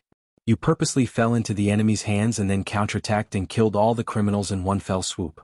As Qin Guang spoke, he forced himself to stand up straight and walk toward the sewer entrance. What are you doing? Wu Tong followed him. Helping me find something. My cup. Cup? A fiberglass cup. Wu Tong was anxious. Look at the time. Why do you still care about the cup? Qin Guang rolled his eyes. You don't understand. I can't explain it to you. This cup is my favorite. About 2 minutes later, Wu Tong finally understood what Qin Guang meant. She put the heavenly holy grail into the sports bag in front of his chest with a strange expression. She couldn't bear to look at the glossy and colorful picture on the cup. She didn't expect Qin Guang's favorite cup to be this kind of cup. But she didn't know what happened. The most important part of the beautiful picture was foggy. She thought it was dust, but she couldn't wipe it off even after rubbing it with her fingers several times. Even if you like to look at these, you should at least look at domestic ones. What's so good about black ones? And the hairstyle is so terrible. It's even an afro. It's so ugly. Wu Tong pulled the zipper of her bag and rolled her eyes at him. Qin Guang thought to himself, thank God Lioli had disconnected at this time. Otherwise, if she heard Wu Tong's complaints, would she give her a super hypnosis? Next time he should choose a fireproof cover. It was a little embarrassing for it to be burned. There was another thing that Qin Guang was particularly concerned about. Up until now, the heavenly holy grail hadn't sent him a notification telling him that the punishment realm had ended. It didn't seem to be over yet. Also, why did his chest feel so hot? That didn't make sense. There clearly wasn't any heat at the start. Why did it suddenly heat up? Does it mean that my heavenly holy grail has a self-heating function? All of a sudden, it seemed to have become so lofty. It could swallow grenades and eat bombs when entering, and it could heat up its own coffee when retreating. Little did Qin Guang know that the moment he pulled up the zipper of his bag, the heavenly holy grail flashed 7 times in a row. It was the same as when he raced over 100 meters and killed a pigeon. The two of them curled up in the sewers and waited for about 10 minutes. Finally, the cover above their heads was lifted, and the Special Forces soldiers entered one by one. They saw Qin Guang and Wu Tong sitting together. In an instant, several black muzzles were aimed at Qin Guang. Without any hesitation, Wu Tong stood before Qin Guang and yelled, "What are you guys doing? The criminals have all been killed. This is the good citizen Qin Guang who acted bravely for a just cause. With his help, I killed the 7 criminals one after another. Qin Guang is seriously injured. Call an ambulance." When she said this, Wu Tong's face was a little red. However, the two of them had already agreed on it. Even though she knew that everyone would think that she was lying, she gritted her teeth and held on. What could be used to describe the feelings of these special forces? Simply put, it was 3 words, King dog. Normal people wouldn't believe a single word that Wu Tong said. Your good citizen is really everywhere. Did he come to the underground to act bravely for a just cause? Even if he was lying through his teeth, he still had to follow the basic rules. Later on, Wu Shan came, and his colleagues from the Wenqing branch also came one after another. Wu Shan knew Qin Guang, and so did the other people from the Wenqing branch. Qin Guang took out his wet student ID to prove his identity. No matter what, Wu Tong insisted that the 7 criminals died in her hands, and that Qin Guang had mysteriously appeared here. Chapter 3:14. Of course, Wu Shan knew that there was something fishy going on. However, since his daughter insisted on it, he would not ask further. He knew that it was useless to ask. At that moment, Wu Shan was immersed in self-blame. Although Wu Tong had miraculously survived, Wu Shan could not forgive himself for making such a decision. Even though he knew that even if he was given another chance to choose, he probably wouldn't change his mind. The special police wanted to take Qin Guang away for questioning, but Wu Shan came to the rescue. Let's leave it at that. There's nothing to investigate. Since he's injured, let him go to the hospital first. If you have any other questions you can ask Wu Tong and me. Wu Tong, who had escaped death, was furious. Although she felt embarrassed that she had falsely claimed the merit, when the truth was revealed, Qin Guang had almost been taken away to be interrogated even though he had not done anything. If others knew that it was Qin Guang who had killed 6 people, things would be even more troublesome. She held onto Qin Guang's hand tightly and protected his stretcher. She yelled at the special police captain, Captain Gu, "What are you guys thinking? So many people know him. He was shot twice to cover me when I killed the criminals, and now you're telling me that you want to take him away? You won't even let him go to the hospital?" Captain Gu was also extremely embarrassed. However, since the father and daughter of the Wu family had made a decision, he could not continue to pester them. Thus he left dejectedly. Of course he also had other things to do. He had won a great victory in the pursuit of Shirjiu's group, but the other group had escaped. Now the special police system of the entire Wujing city was alarmed. Captain Gu and his team were still busy today. They would probably have to join in the overnight pursuit. As for the military, they had left as soon as the incident was over. The police would have to deal with the aftermath. Fortunately, the group of people who had bumped into Qin Guang in town did not come over. Otherwise, the fat police officer might have become one of the only 3 people who knew about the incident. However, he would find out about it later. By then he would probably only be a legend in his heart. Perhaps he would think that he was worthy of being the man that Captain Wu had taken a liking to. It was fine when he did not make a move, but when he did, it was like a clap of thunder. He first inquired about the situation, then silently rushed over and rescued the Wu team from a situation of certain death without a single injury. Relying on the fact that they were acquaintances and Wu Tong's superior, Chief Ding moved closer to Qin Guang. "Little Qin, how did a good citizen like you end up there?" Qin Guang knew that the bureau chief was just being curious. Of course, it could also be someone else's order. He rolled his eyes and said, "I don't know either. I have the habit of sleepwalking since I was young. When I sleepwalk, I like to crawl into holes. When I wake up, I'm already lying there with 2 bloody holes on my shoulder. How unlucky." Qin Guang's ability to act shamelessly was much higher than Wu Tong's. With a bitter face, Chief Ding could not do anything to him. "When we arrive at the hospital, you can rest first. I'll go to the municipal bureau for a meeting." Wu Tong sat next to Qin Guang's stretcher in the ambulance. 2 nurses were tying gauze on the head of the anti-terrorist hero. She had also hit her head hard. Qin Guang shook his head. "Meeting my ass. You can't go anywhere tonight. You have to be wherever I am. Give me your hand." The punishment realm had not ended yet. Qin Guang was determined to endure it. Although his shoulder was really weak, he could still move his fingers. Wu Tong's face turned red. She did not understand what he meant, but she obediently put her hand in his palm. Qin Guang squeezed her hand tightly. "I'm injured now. I'm very fragile and may have a mental breakdown at any time. If you have a conscience, let me hold your hand." "Okay." Wu Tong's face turned even redder. The nurses on both sides covered their mouths and snickered. They had never seen a guy who was still in the mood to flirt with a girl when he was so injured. Sensing the sky-piercing Holy Grail's power spreading to Wu Tong and enveloping her, Qin Guang's heart was finally relieved and he glanced at the 2 nurses. "Oh my God, what a pretty little girl. Did she just graduate from the nursing school? Excuse me, Officer Wu and I are just siblings. If it's possible, can we exchange phone numbers? Although I've been shot twice, I'm actually a 5-merit student of Gokyo University. I'm an outstanding student this year and the winner of the annual scholarship." "Shut up. You're seriously injured." Wu Tong and the 2 nurses rebuked him together. "I won't leave the front line if I'm lightly injured, and I'll chase after girls day and night." Qin Guang continued to insist.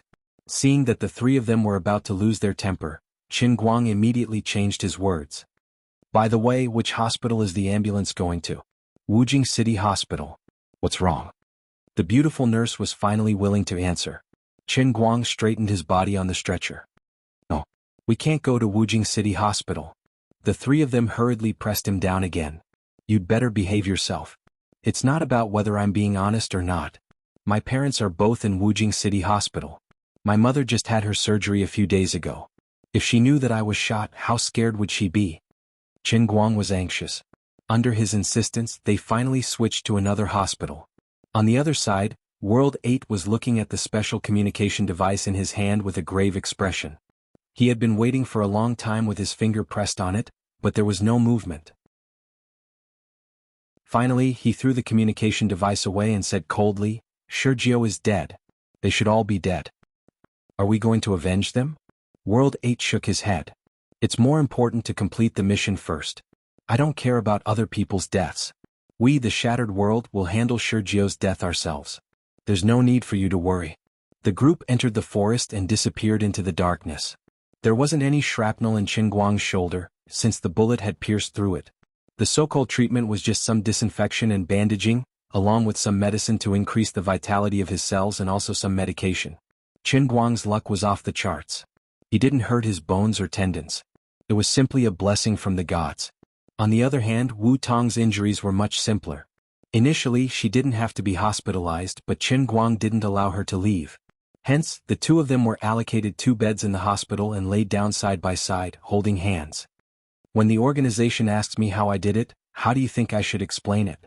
Wu Tong asked awkwardly as she lay on the bed. Qin Guang rolled his eyes. "Police? Don't you know how to talk nonsense? Just now, Chief Ding asked me why I was there. I told him that I sleepwalked there, but he couldn't even fart. You should learn from me. Have you seen the anti-Japanese drama? A delicate young girl was kissed by the Japanese, and then she exploded and went on a rampage. Just follow this train of thought and say that you saw a handsome young man like me getting shot. You also know me, so you were stimulated and your little universe exploded. Then, your mind went blank, and when you came back to your senses, the bandits were already dead." Wu Tong was defeated by his shamelessness.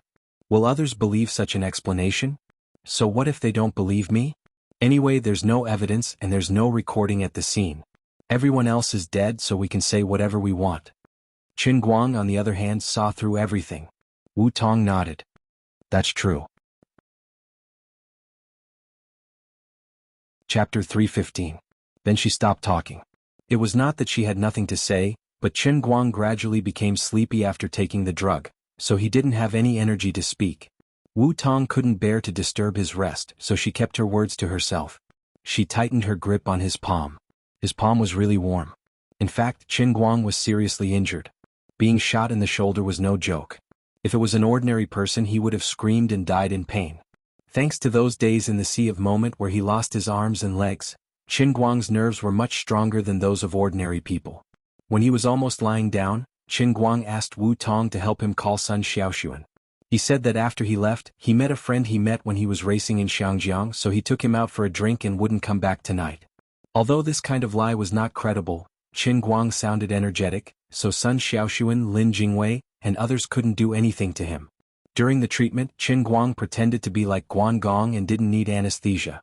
But the hospital decisively gave him 2 injections of strong analgesics on both sides of his shoulders, so he fell asleep completely. But before he fell asleep, he stared into Wu Tong's eyes. "No matter what. Absolutely. Don't let go of my hand. Don't let go even if the sky falls. Remember this well. Damn it, I told you 10,000 times not to use analgesics, but you lied to me that it was just antibiotics. What a fraud."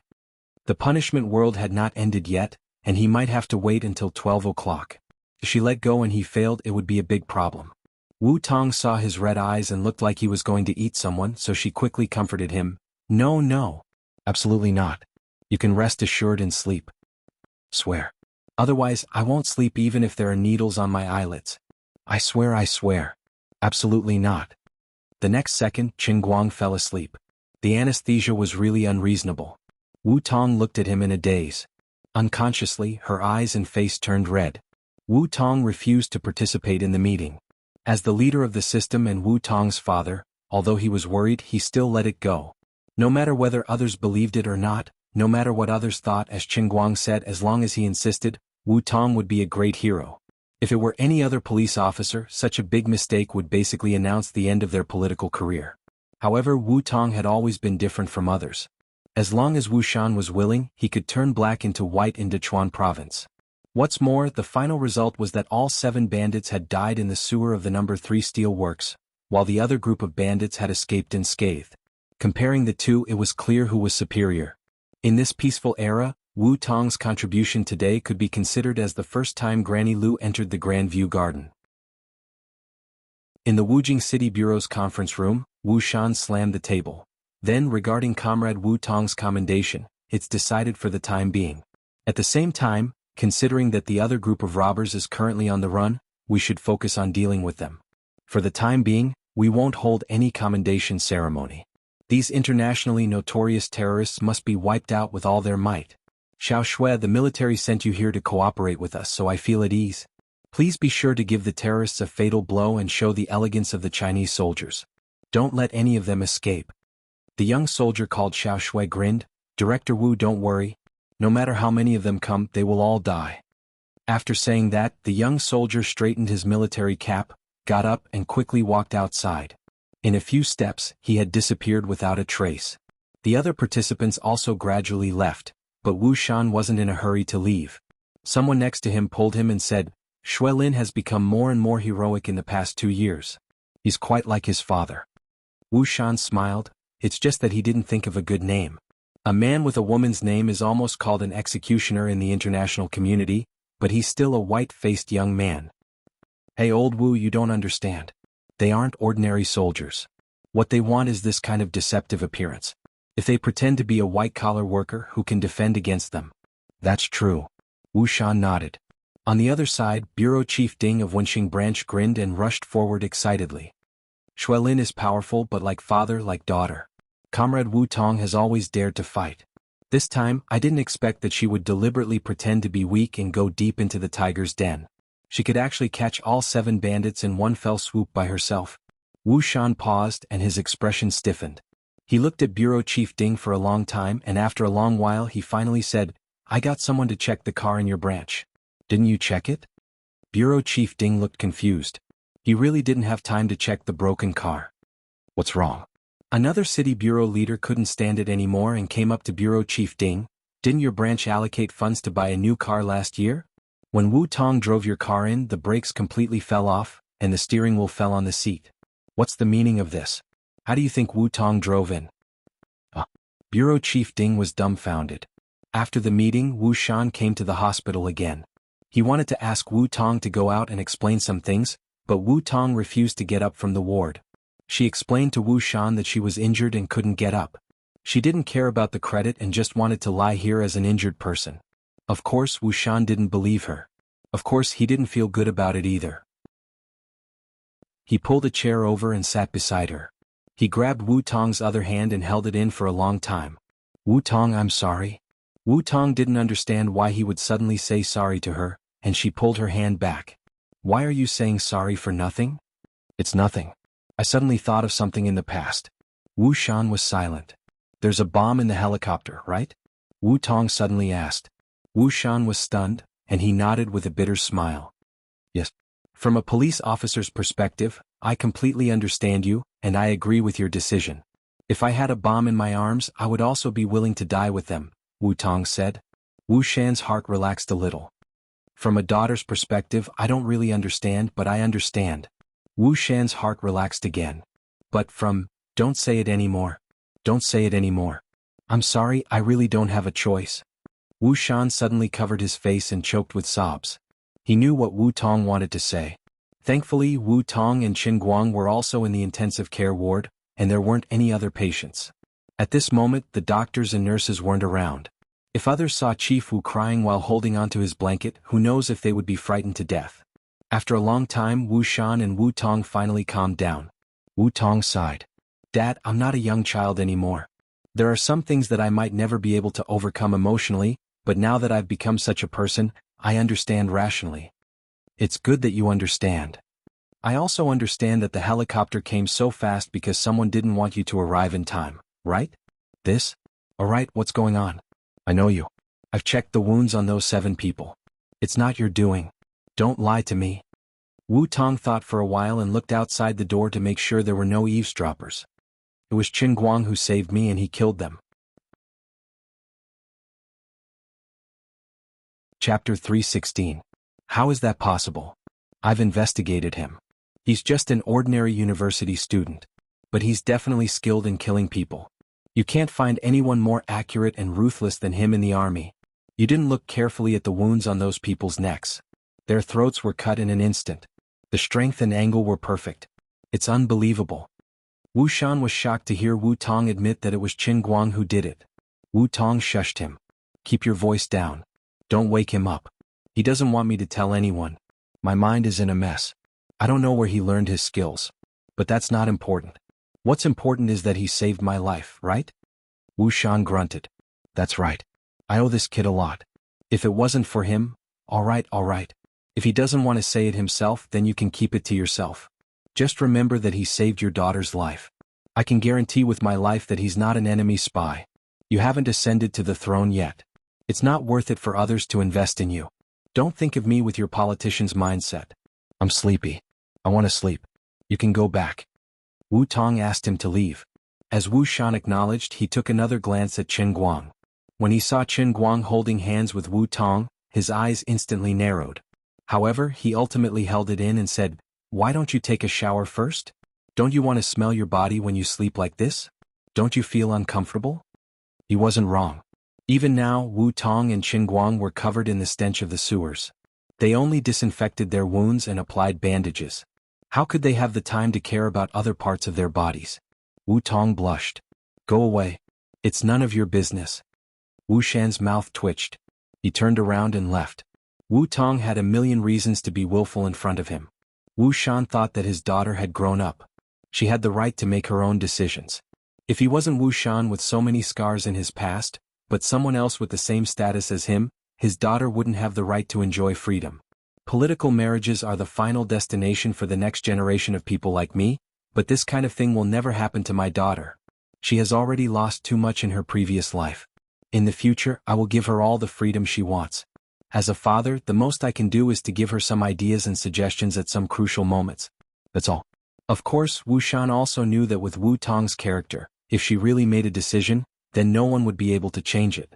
When Wu Shan turned around and left, Wu Tong began to feel troubled. She tried to pull her hand out of Qin Guang's grasp, but the guy was still holding onto it tightly even though he was asleep. She recalled her vow from before. She had to keep her word and never pull her hand away. It was one thing for her to stink, but as a police officer, she had encountered much worse situations.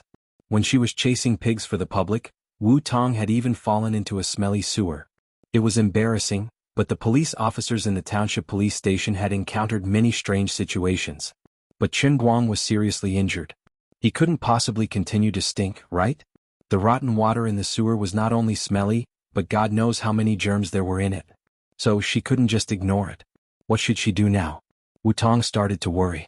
Should she let the nurse wipe his body? Although this seemed to be the most reasonable solution, she still didn't feel good about it. Damn it. I'm going all out today. Wu Tong clenched her teeth and pressed the beeper to call the nurse over. She asked the nurse to bring 2 warm wet towels and a change of quilt. Then she got up and half knelt beside the bed ready to get to work. Her left hand was tightly held by Qin Guang, and only her right hand could move. Looking at this guy sleeping like a dead pig, Wu Tong clenched her teeth again and started to pull up Qin Guang's clothes with one hand. There was a long wound on his stomach. It had been treated before and was wrapped in bandages. His upper body had been changed into a patient's gown, so only the pants on his lower body were more difficult to deal with. Wu Tong spent a total of 15 minutes to strip this guy down to a pair of CK underwear. She had also wiped almost all the parts of his body that could be wiped. Putting aside how dirty and smelly his jacket was, the underwear was between his legs, which was a good place to hide dirt. Other parts of his body only had dry black marks, but his armpit and inner thighs were black. Now that the armpit had been cleaned, only a small triangular area was left. Looking at this guy's bulging crotch, Wu Tong suddenly felt very embarrassed. She held the cold wet towel in her hand, which was submerged in water, and didn't know what to do. There was only one last step left, but she couldn't take it. She reached out her hand a few times with trembling hands, but she retreated in panic as if she had been electrocuted. She looked up at the clock in the ward. Unknowingly, it was almost 12 o'clock in the morning. Wu Tong kept taking deep breaths. She thought to herself, Wu Tong, he even risked his life for you. Now that he is injured like this, how can you let him sleep the whole night dirty? Men are the same as women. If they don't pay attention to their personal hygiene, they will definitely get sick, right? If you choose to ignore it because of this pointless shyness and ignore it, how can you be worthy of the 2 shots he took for you? How can you be worthy of the danger he put himself in for you? Although he did have some skills that ordinary people couldn't compare to, he was really on the verge of death when he fought with the other party and was pointed at the back of his head by Sergio. So I can't retreat. Anyway, he won't know anything after he injected me with anesthetics, right? Wu Tong bravely reached out her hand. Her fingertips hung on Qin Guang's CK underwear and began to pull it down. The most powerful persuader in the world was often oneself. What could be easier than convincing oneself? Finally, Qin Guang's underwear was pulled down. Wu Tong closed her eyes tightly and pulled her fingers down bit by bit. However, her left hand was firmly held by Qin Guang. This guy seemed to be a little too tall, so the underwear that her right hand was pulling seemed to never end. She opened her arms wider and wider, and Wu Tong's body, which was half kneeling on the bed, was also getting lower and lower. Why haven't you taken it off? Should I open my eyes and look? Is it meaningless for me to close my eyes like this now? Anyway, I have to open my eyes when I wipe him later, right? So Wu Tong opened her almond-shaped eyes. Strange, shouldn't I be looking at my right side? Why is my neck not listening to me and twisting to the left? Hell, my head is out of control. Her head drooped weakly on Qin Guang's calf, and she stared straight ahead with her eyes wide open. There seemed to be a black hole devouring her will. At this moment, the clock on the wall made a ticking sound, and the hour hand pointed to 12 o'clock. Chapter 317. Just at the moment when the hour hand was aligned. World of punishment completed. Sister is saved. Mission completed, perfect. The voice of the heavenly Holy Grail suddenly appeared in the depths of Qin Guang's mind, waking him up from his deep sleep. He opened his eyes abruptly, and his consciousness awakened like a tide.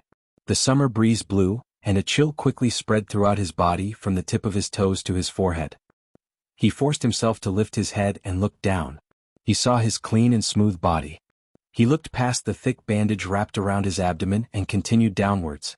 What he saw was Wu Tong's completely lost eyes, and her face was as red as the rising sun. She seemed to be completely lost in thought as she stared at the spot between his legs. What the hell? She wanted to molest me while I was asleep? I didn't expect you to be like this, Sister Wu Tong. The wind in the ward blew again, and the crotch area was chilly. Then, under the gaze of both of them, a pillar propping up the sky. Wu Tong was getting closer and closer to him, and she was completely cross-eyed. From Qin Guang's point of view, he didn't want to look anymore. It was too dirty. Anyway, he could roughly imagine a little cat hiding its head behind a flashlight and playing hide-and-seek with someone. Wu Tong got closer and closer and stared at him. She had always felt that this kid was especially good at fighting and was also very strong. She really didn't expect him to be so strong here. Wait, how did he become like this while he was sleeping? What kind of weird things was this guy dreaming about? What a little hooligan. Her face was so red that she was like a patient with a high fever. She tried to pull her left hand, wanting to use her fingers to tease this little guy, but she couldn't pull it, so she gave up. Then Wu Tong subconsciously looked up, and met Qin Guang's eyes through the flashlight. Countless lightning flashed between their eyes, and 10,000 emotions ran through every corner of their hearts in an instant. The air stagnated at this moment and time seemed to freeze. Wu Tong's mouth opened wider and wider, and she wanted to scream. Ah! Halfway through her scream, she slapped her right hand hard on her mouth. Thank God, at such a critical moment, she didn't even know which kind-hearted person had given her a handkerchief. With a handkerchief covering her mouth, she didn't have to scream. Wait, why does this handkerchief have a sour smell? These are his underwear. It turned out that she did not notice that Qin Guang's underwear had finally been ripped off his feet. Wu Tong was so frightened that she suddenly raised her hand.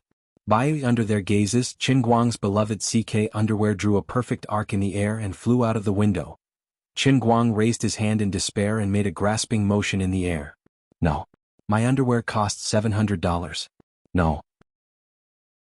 The scream was heart-wrenching and heart-wrenching. On the other side, Wu Tong instantly regretted after throwing Qin Guang's underwear away. She got up and pounced forward to grab it, but it was impossible. Instead, she tripped over Qin Guang, who was lying on the hospital bed. Her whole body fell forward, and fortunately, her hands were holding onto something to prevent her from falling to the other side of the hospital bed. Ouch! Qin Guang dragged out the last syllable and let out a suppressed and shrill scream.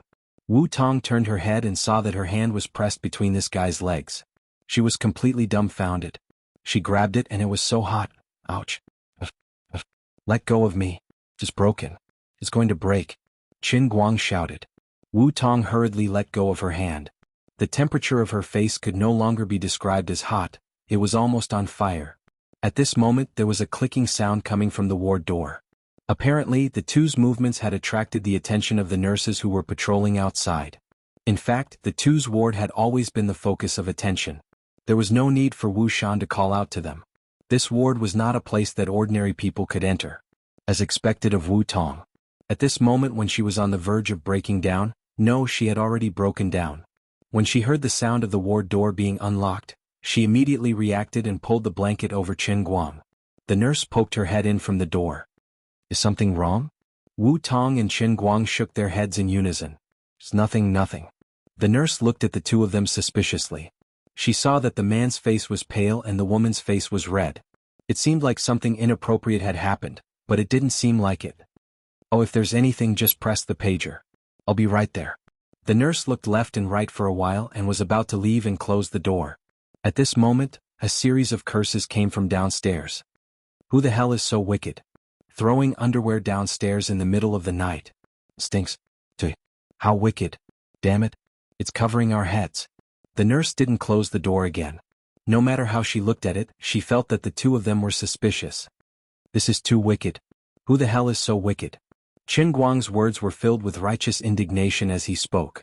Wu Tong was stunned for about 10 seconds before she suddenly reacted. That's right. It's too wicked. The person downstairs is making quite a ruckus. Why don't you quickly inform the hospital's security? It's not good to disturb the rest of the patients. The nurse muttered in her heart, sneaky. Then she turned and left.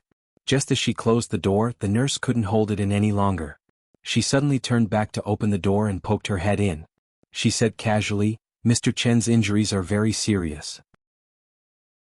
Although the medicine we use doesn't have any side effects, it's really not suitable for him to do any strenuous exercise.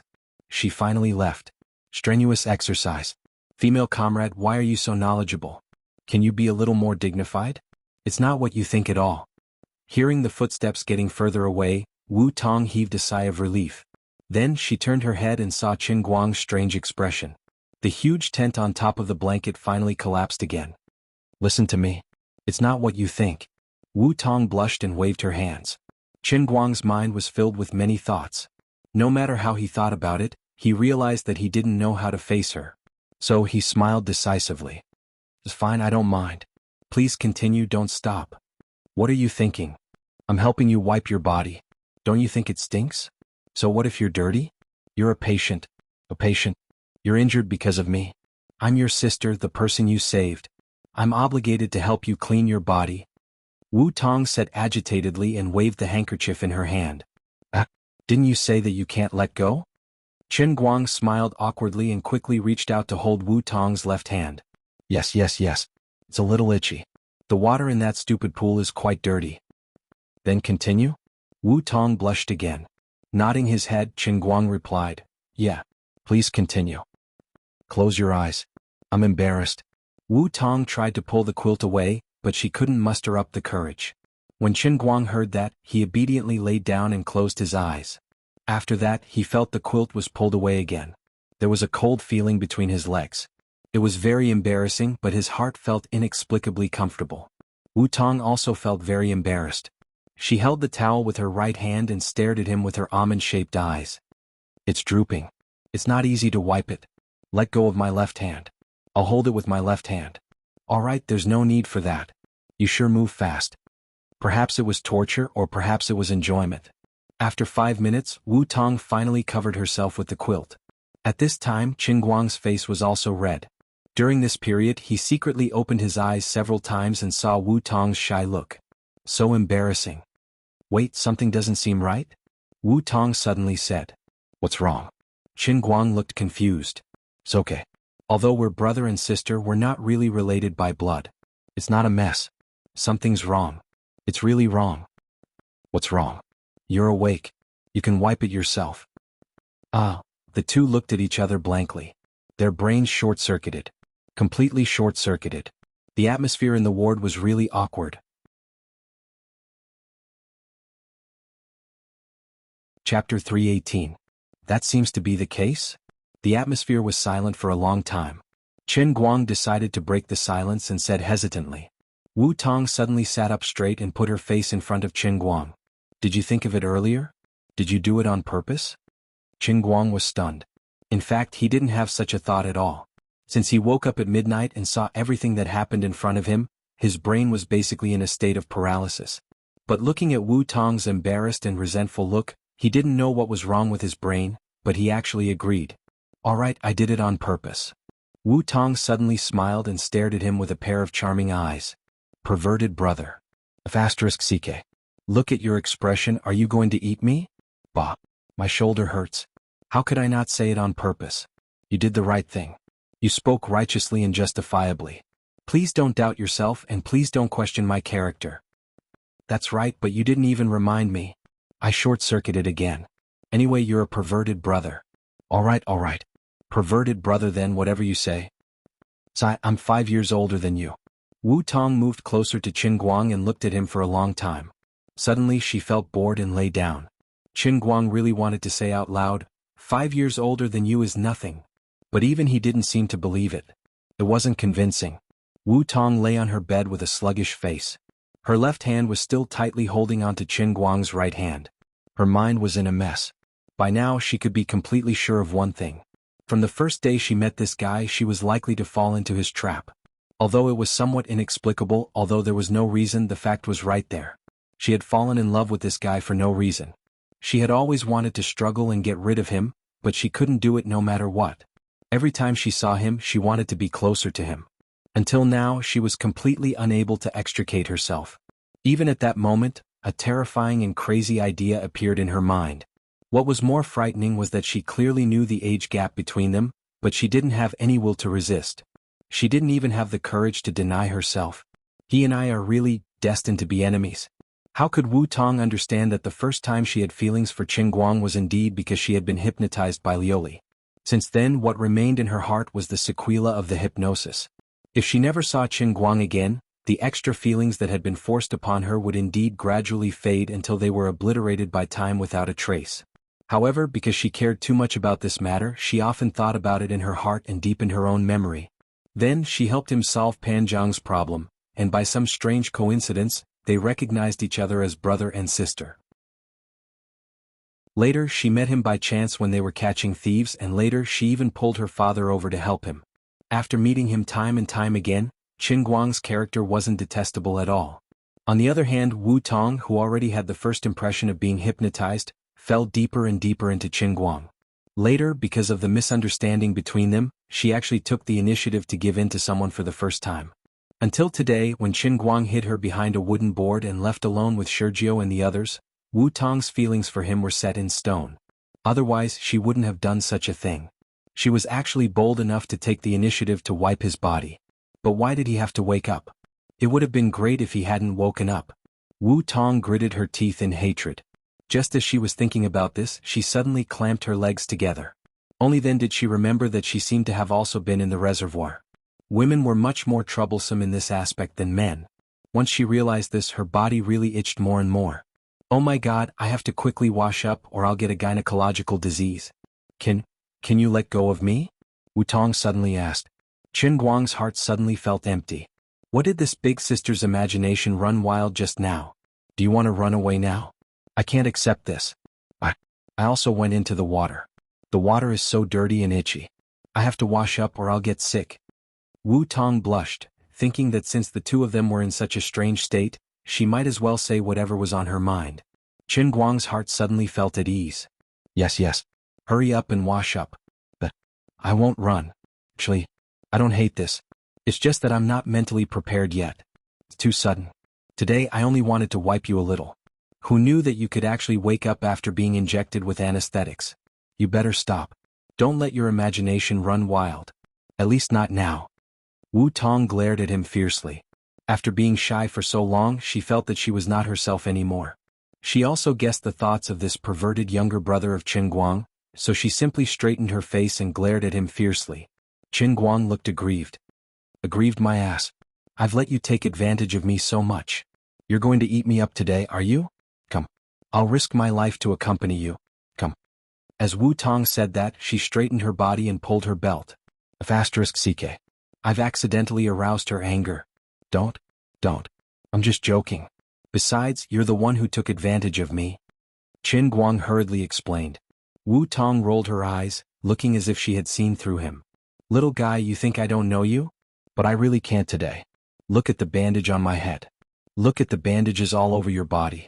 You're a wounded person, so you have to have the awareness of a wounded person. The nurse also said earlier that you shouldn't do strenuous exercise. After saying that, she got up and went to the toilet. This type of special care ward was indeed high-end. Then another day. Qin Guang forced himself to straighten his body. Wu Tong turned around and glanced at him. Another day depends on your performance. Anyway, you're the one who saved my life, and I don't have anyone else that I like for the time being. If you asked me to repay you with my body, I would have agreed immediately.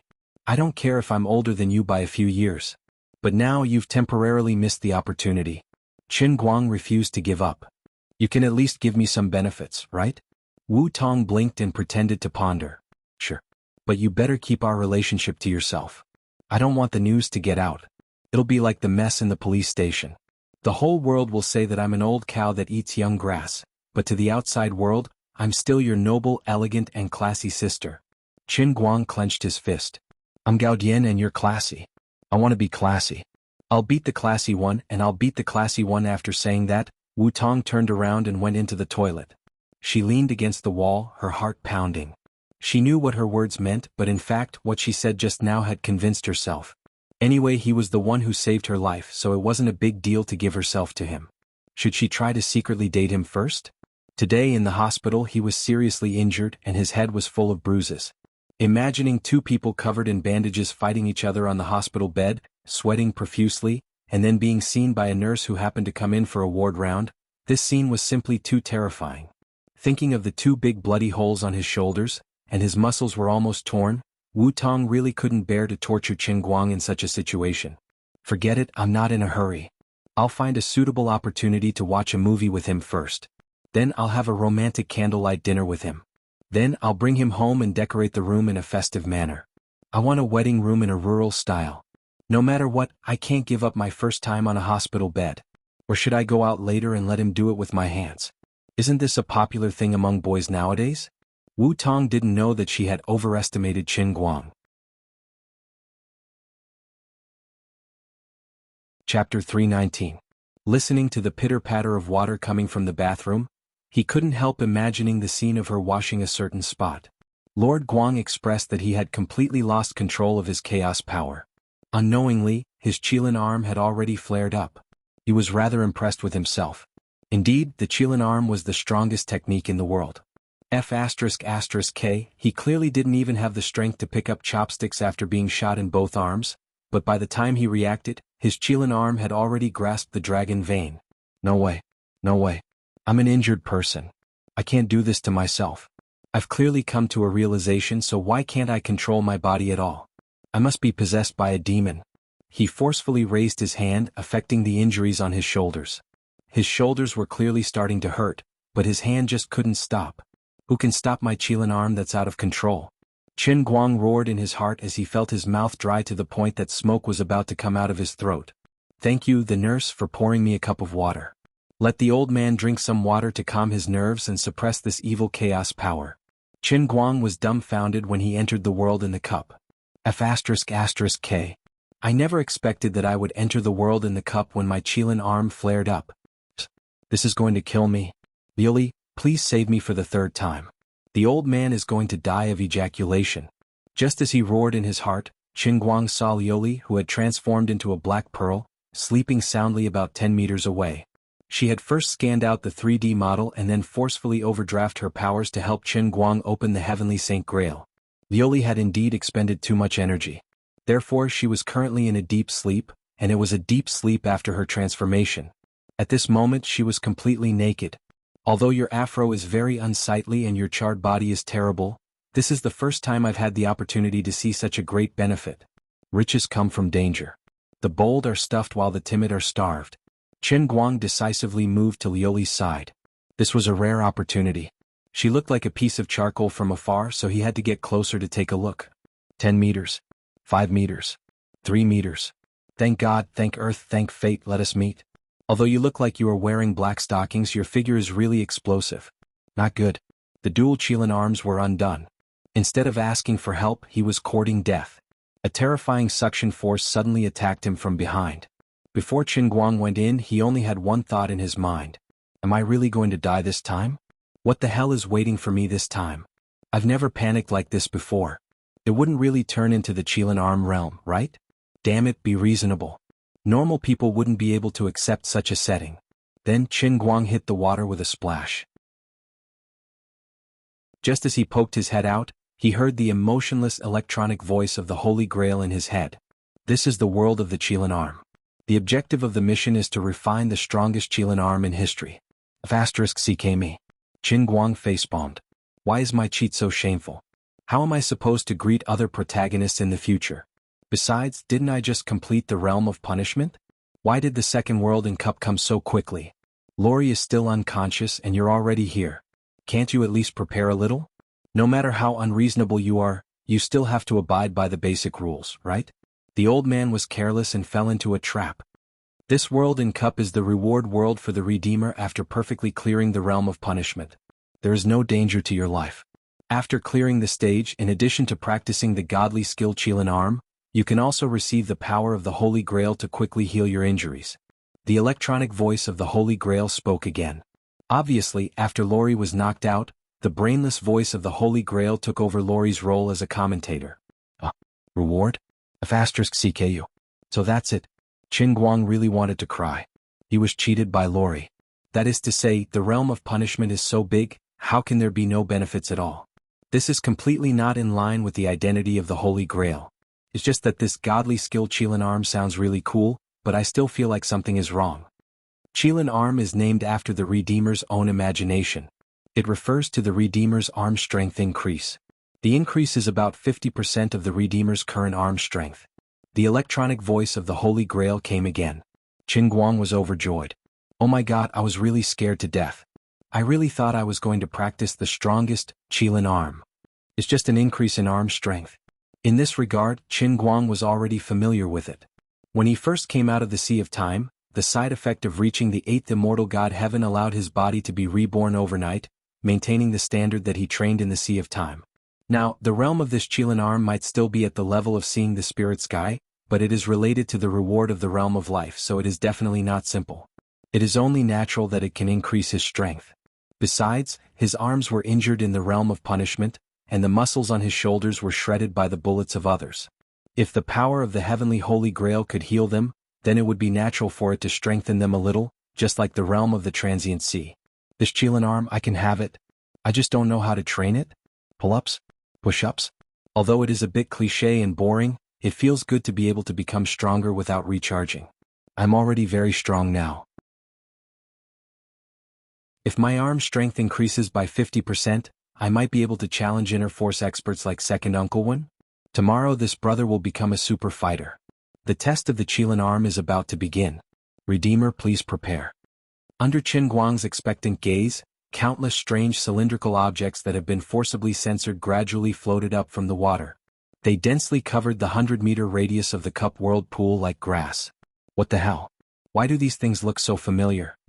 He lowered his head and looked at a certain part of his body through the water. Chen Guang slapped his face. Wash the motor. He walked away. After such a big detour, you let me go from despair to hope, and now you instantly extinguish my hope. What's with this joke? I can't play this game anymore. He bravely swam forward and forced himself to take a closer look. Thank God it is not like that. It is a standard metal cylinder. The brass material looks a bit similar to the skin color. But why would the Holy Grail hang 2 egg-sized pendants next to the metal pillar? There was no need for that at all, okay? Are you trying to scare me? This is very easy to misunderstand, okay? An electronic voice came from the air. Please use friction to generate heat to ignite the brass fireworks. If it is successfully launched, the index of the Qilin arm will increase by 1. Additional explanation, the shape of the brass fireworks is set according to the most commonly used item of the Redeemer. It can increase the Redeemer's sense of immersion. Friction to generate heat. Brass fireworks. Launch. What do you mean by most commonly used item? Although the old man is an experienced driver, I drive an online taxi, not a car. I will never admit this kind of thing even if you beat me to death. Your holy grail is so indecent. The method you used to train the Qilin arm is too shameful. I protest. Qin Guang covered his face. Chapter 320. In a sense, the normal training method for the Qilin arm was indeed like this. However, the twists and turns really tortured his heart. Fine, I'll just accept my fate. This is much better than what I was worried about at the beginning, where I would die of exhaustion. If he had to blame something, he could only blame himself for being too relaxed and falling into the trap of the heavenly holy grail. It was also Lori's fault, that damned liar. There was clearly such a huge reward after completing the punishment realm, but in order to make him ignore Wu Tong, she actually lied through her teeth. Apart from that, Qin Guang secretly swore that he would definitely be an upright gentleman in the future and would not easily give himself false promises, especially when doing certain things. He had to endure the disaster that his own wretchedness had attracted, even if he had to hold back his tears. Closing his eyes, Qin Guang silently stretched out his hands.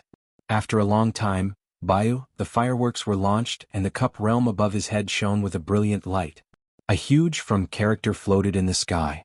Pass Qilin arm index +1. The old man's Qilin arm had become a little stronger. There was really no need to top up. Since the brass fireworks were soaked in water, it was needless to say how strong the thermal conductivity of copper was. It was not easy to generate enough heat from friction to launch the fireworks. Fortunately, the cup realm was considerate enough to consider his difficulties. On the one hand, it made the surface of the brass fireworks into a frosted state to increase the friction efficiency, and on the other hand, it made the calluses on his hands grow abnormally fast. Furthermore, his arms were never tired and could move crazily like a perpetual motion machine. He would not feel hungry or tired, and his body would not swell even if it was soaked in water. As soon as he squeezed his hands, he could clearly feel the calluses on his palms growing like weeds in spring. Qin Guang could not help but complain. Although it was a free reward, it was not easy at all. It was more boring than sharpening pencils and more difficult than playing Dota. The heavens took pity on him. When he was dealing with the fourth brass fireworks, the quick-witted Qin Guang realized something was amiss. The words formed by the first four fireworks were read together, starting from 0. As a veteran web novel reader, Master Guang felt that these four words were really F***king familiar.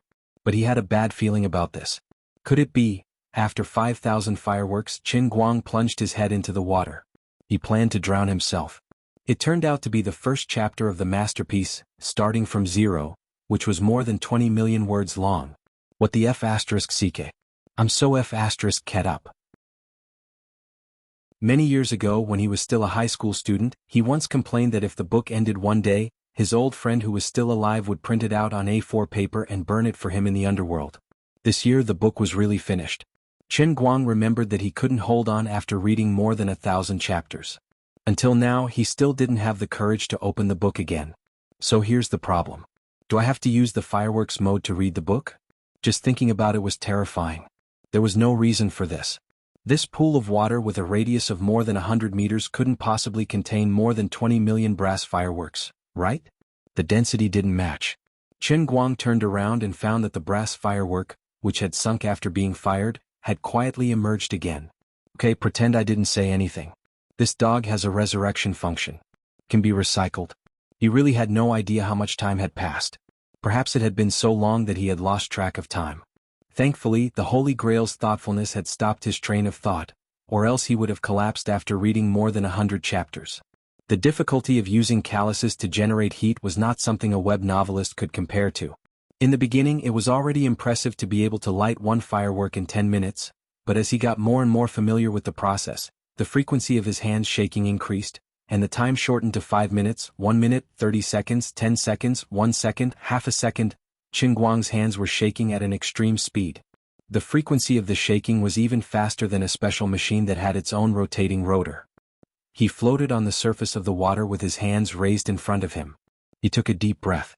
In that instant, with his hands as the center, the surface of the lake in the world of the cup surged to both sides, the waves reaching 20 to 30 meters into the air. In the blink of an eye, there was a bayou sound and the fireworks shot into the sky. The waves stopped and the water stopped. All that was left was the lonely back with half of his body submerged in the water. That was how confident he was with the terrifying ultra-high frequency vibration. In fact, the Holy Grail could not be blamed for this. His strength was already at the level of a veteran pirate, much stronger than the average person. On top of that, he had increased it by 50%, almost at the level of a world weightlifting champion.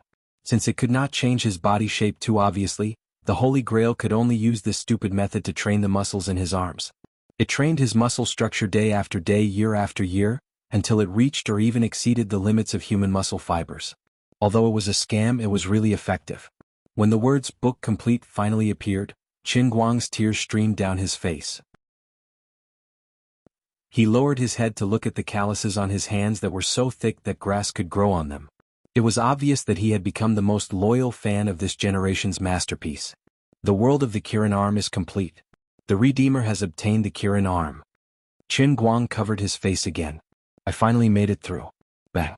His hands were shaking so hard that he sent himself flying. Due to the fact that Lioli was still unconscious, Qin Guang did not stay in the cloud sea for a second after leaving the world within a cup. In the blink of an eye, he had returned to the real world, maintaining the state of holding the cup in one hand and the pot in the other. 1 second. 1.5 seconds? In any case, by the time he came back to his senses, the cyanized white dragon had already fired its destructive white beam. Damn it, can my hands not tremble? Although there was no longer any pain in his shoulder, he only felt that he had endless strength. But what did it mean that he couldn't stop shaking? Qin Guang hurriedly moved his hands away and looked at the wet bedding. He wanted to cry, but no tears came out. He pulled the quilt over with his right hand and decisively decided to dry himself. His left hand placed the cup on the bedside table next to the bed. There was another loud bang. Half of the cup sank into the bedside table made of laminate. The high-frequency vibration was really scary. Can I still use my hands? Qin Guang's face was broken. He laid on the bed and put his hands in front of his eyes. He squinted his eyes and looked at them carefully. On the surface, it seemed that his hands were not moving at all, but he knew in his heart that his hands were vibrating at an extremely high frequency that the naked eye could not capture. There was simply no way to stop. Buzz, buzz, buzz. A mosquito that did not open its eyes flew toward him and was about to feast on the back of his hand. In the next instant, the mosquito was shaken into powder. It was too tragic, too tragic. At this moment, the bathroom door suddenly opened. Wu Tong had already changed into a patient's gown and was holding onto her clothes. She stuck her head out and saw that Qin Guang had already sat up straight. She blushed and walked over. She threw her clothes on the bedside table. Qin Guang casually glanced at her and saw that her underwear and underwear were all wrapped together. It was clear that her underwear was a vacuum cleaner and there was nothing inside. Chapter 321. Why aren't you sleeping? Are you? Wu Tong said as she stretched out her left hand to hold Qin Guang's hand. Qin Guang quickly hid his hands under his butt. Don't. I'm not pulling anymore. What would happen if she managed to hold his hand? She could suffer a comminuted fracture at any moment. The bed started to shake. The frequency was high but the intensity was low. Thanks to the Special Care Unit's super durable mattress, he knew it was this brand. Wu Tong was puzzled. What's wrong? Are you not feeling well? Oh, I've thought about it. This is a ward today and it's not convenient. But, As she said that, she stretched her hand under Qin Guang's blanket. She was really going to do what she had decided in the toilet. Qin Guang stared at her. He wanted to stop her but did not dare to take his hand out. His butt was hurting badly but he had to hold on. Don't, but it was too late. She had already touched the wet, sticky mass. Wu Tong was also confused. She took her hand out and sniffed. It smells fishy. Qin Guang wanted to cover his face again, but he remembered what happened before he left the world in the cup. He did not dare to do so. His face was not as thick as his butt. With the frequency and intensity of the shaking, his cheekbones would definitely break if he touched his face. I was going to help you with my hand but you're not doing your best. You can't blame me for that. Wu Tong was pleased. Since she had already made up her mind, she was able to let it go. She was indeed a tough woman. Virgin? Just thinking about it is enough to cause an avalanche? Qin Guang nodded. Yes. What a coincidence. I'm also a virgin. Wu Tong grinned. What a coincidence. Since we're so fated to meet, and since you have guns in your hands, I'll reluctantly take care of the wounded. Don't let your imagination run wild. Please treat me as an honest police officer. As Wu Tong spoke, she grabbed a box of toilet paper and stretched her hand into Qin Guang's bed to clean him up. 5 minutes later. Comrade Wu Tong, can we talk about this? Can you take your hand away? I feel weird. Tired of it already? I think it's fun. No, no, no. I have another reason.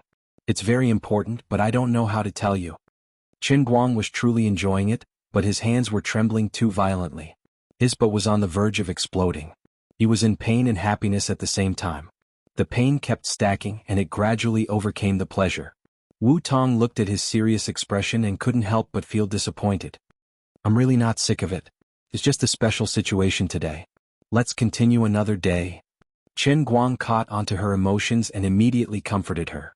Wu Tong finally stopped. All right, another day it is then. I clearly feel that there's movement again.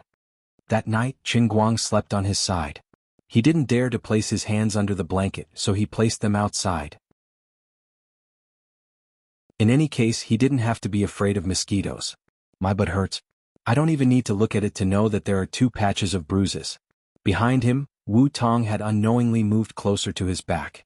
He didn't know if she was really asleep or pretending to be asleep, but her sleeping posture was terrible. She hugged Qin Guang's back like an octopus.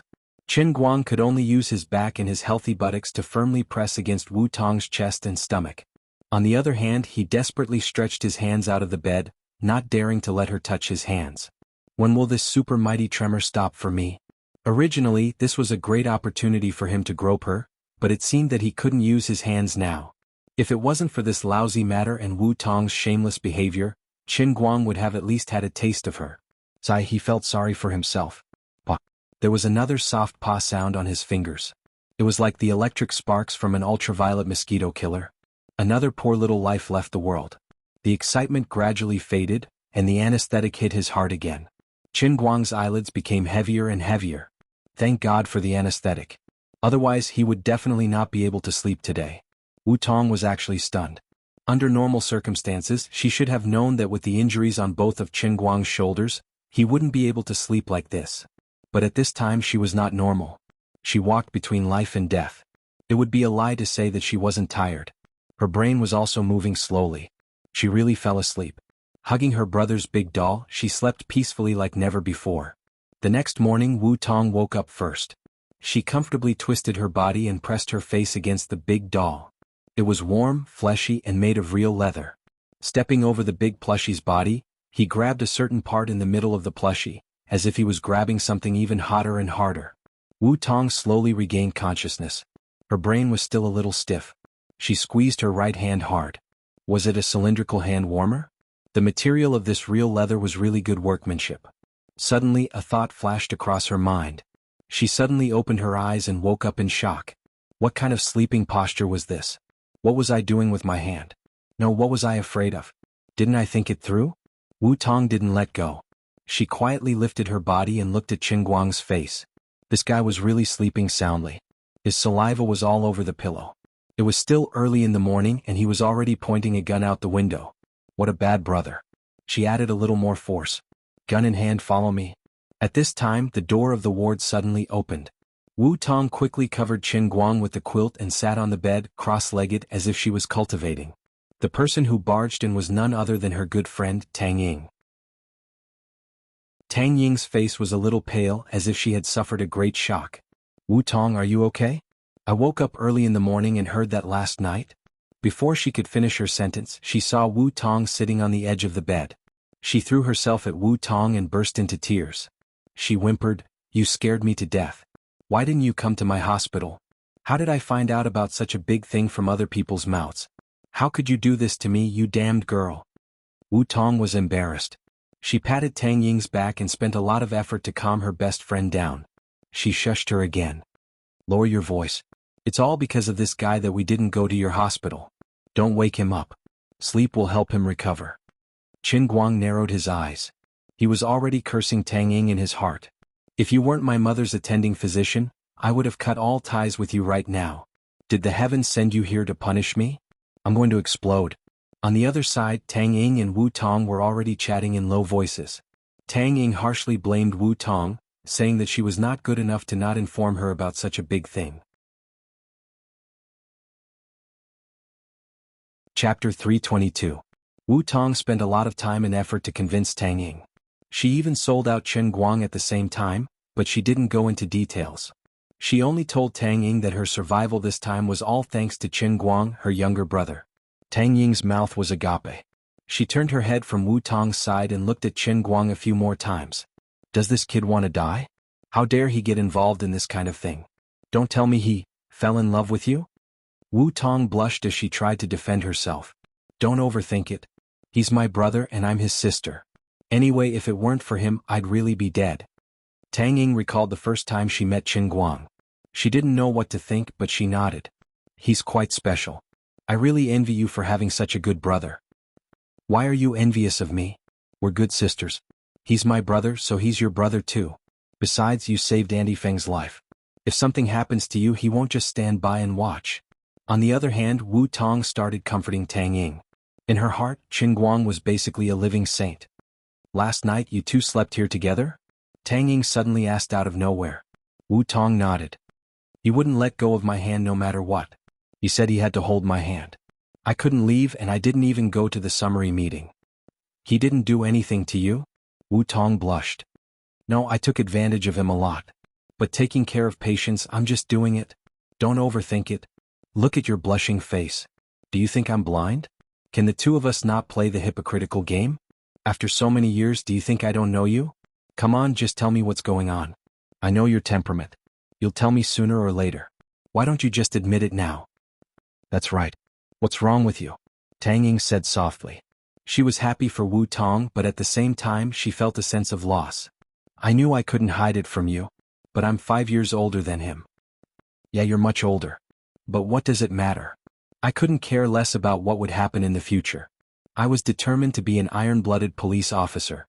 Who knows when I might die for the country. I didn't want to leave any regrets. I don't care. I've already made up my mind. Wu Tong said resolutely. Unless he's tired of me, my life is his. As his sister, I have the obligation to teach him something that only adults understand. Tang Ying gasped. Aren't you ashamed of yourself? Wu Tong rolled her eyes and said shamelessly, what's there to be ashamed of? What's wrong with being a 25-year-old spinster and having a taste of tender grass? I'm also a normal woman. There were also normal needs in that aspect. I didn't have a suitable partner in the past. I think he's pretty good. You, on the other hand, aren't you already so old? I won't be able to accompany you in the future. When will you? All right. Fine. Come on. Don't drag me into this. I'm not as flirtatious as you. All right, I'm too lazy to care about you. But you can't lose your humanity when you have the opposite sex. You can't forget your old sister after having a little man. Tang Ying chuckled. Her tone was indescribably vulgar. Damn. So the two of you have such a dirty and corrupt relationship. But why am I inexplicably looking forward to it? This isn't right. Chen Guang, who had been pretending to be asleep, eavesdropped on the two's whispers. He felt that his outlook on life had been severely impacted. City people really know how to have fun. The world of adults is too scary. These two women actually have a secret affair. No wonder the two of them are so decisive. I'm so shocked. All right, how did you take advantage of him yesterday? Tang Ying asked again. Her voice was very low and seemed to have a slight tremble. She seemed to be very curious and a little perverted. She seemed to have recalled the brief flirting with Chen Guang that day at her house. The sound of Wu Tong scratching her head could be heard. She scratched her head a little. Actually, it's nothing. I just helped him wipe his body. Nothing really happened. In the end he, Bio? Yeah. Tang Ying sighed. As expected. You're like an old cow that eats young grass. You can't do it for now. What's wrong? What's wrong? What do you mean? Are you against it? Wu Tong panicked. Tang Ying sighed again. No, it's something else. All right, you've met his father, right? It's Chen Guoli's Uncle Chen. Yeah, I've met him. He's a pretty good uncle. What's wrong? Tang Ying wanted to say something but stopped. Some time ago, Uncle Chen asked me for a prescription to treat kidney deficiency. He said it was for a relative in his hometown, but I later found out that the prescription was actually for Chen Guang. He's sick. Kidney deficiency. Chen Guang gritted his teeth. He wanted to smash his fist into her ribs. Can they still have a pleasant conversation? Why did the two of you suddenly become like this when you were just chatting nicely? Can you not touch a sore spot? That's not what happened at all. What made him even more depressed was that the topic of their conversation immediately shifted to Chen Guang's kidney deficiency. Last night, he had only heard the shower sound, and had taken action within 5 minutes, which had become irrefutable evidence in their eyes. The two of them immediately hit it off. One was the self-proclaimed attending physician of Chen Guang, and the other was the self-proclaimed sister. Both of them decided to save this young and pitiful man who had lost his footing. Wu Tong even swore to herself that before his kidney deficiency was cured, she must restrain herself and not provoke him. After all, the essence of a person with kidney deficiency was especially precious. Overexerting it would definitely damage the foundation. If she gave him another taste of it, it would be disastrous. Hearing this, Chen Guang couldn't hold himself back anymore. He sat up straight and stared at the two of them. He pretended to rub his sleepy eyes. *CK. Fortunately, his hands stopped shaking after a night. Otherwise, he wouldn't be able to explain himself. What did you just say? Kidney deficiency? Sister Tanging? Why are you here? *CK. Don't tell me the two of you are saying that I have kidney deficiency. Chen Guang prided himself on his acting skills. He couldn't let the two of them know that he had woken up. Did you hear that? Wu Tong blushed. She immediately put on the attitude of a big sister and patted his head. Don't be sad. It can be cured. Tanging looked at him from the side. I still say the same thing. You're still young. Don't give up on treatment. What the *CK? I really don't have that problem. This, if you don't believe me, let me have a checkup. Chen Guang really wanted to find a rope and hang himself. Tang Ying continued, actually, it's hard to come up with an accurate conclusion about kidney deficiency using Western medicine's theory. After all, for normal people there are long and short periods. A short period of 10 seconds is normal, and a long period of half an hour to an hour isn't an exaggeration. Everyone's physique is different, and the checkup won't be able to tell the difference. You don't have back pain or weak legs, so the checkup results will definitely show that you're fine. Then why did you insist that I have a kidney deficiency? Chen Guang continued to protest.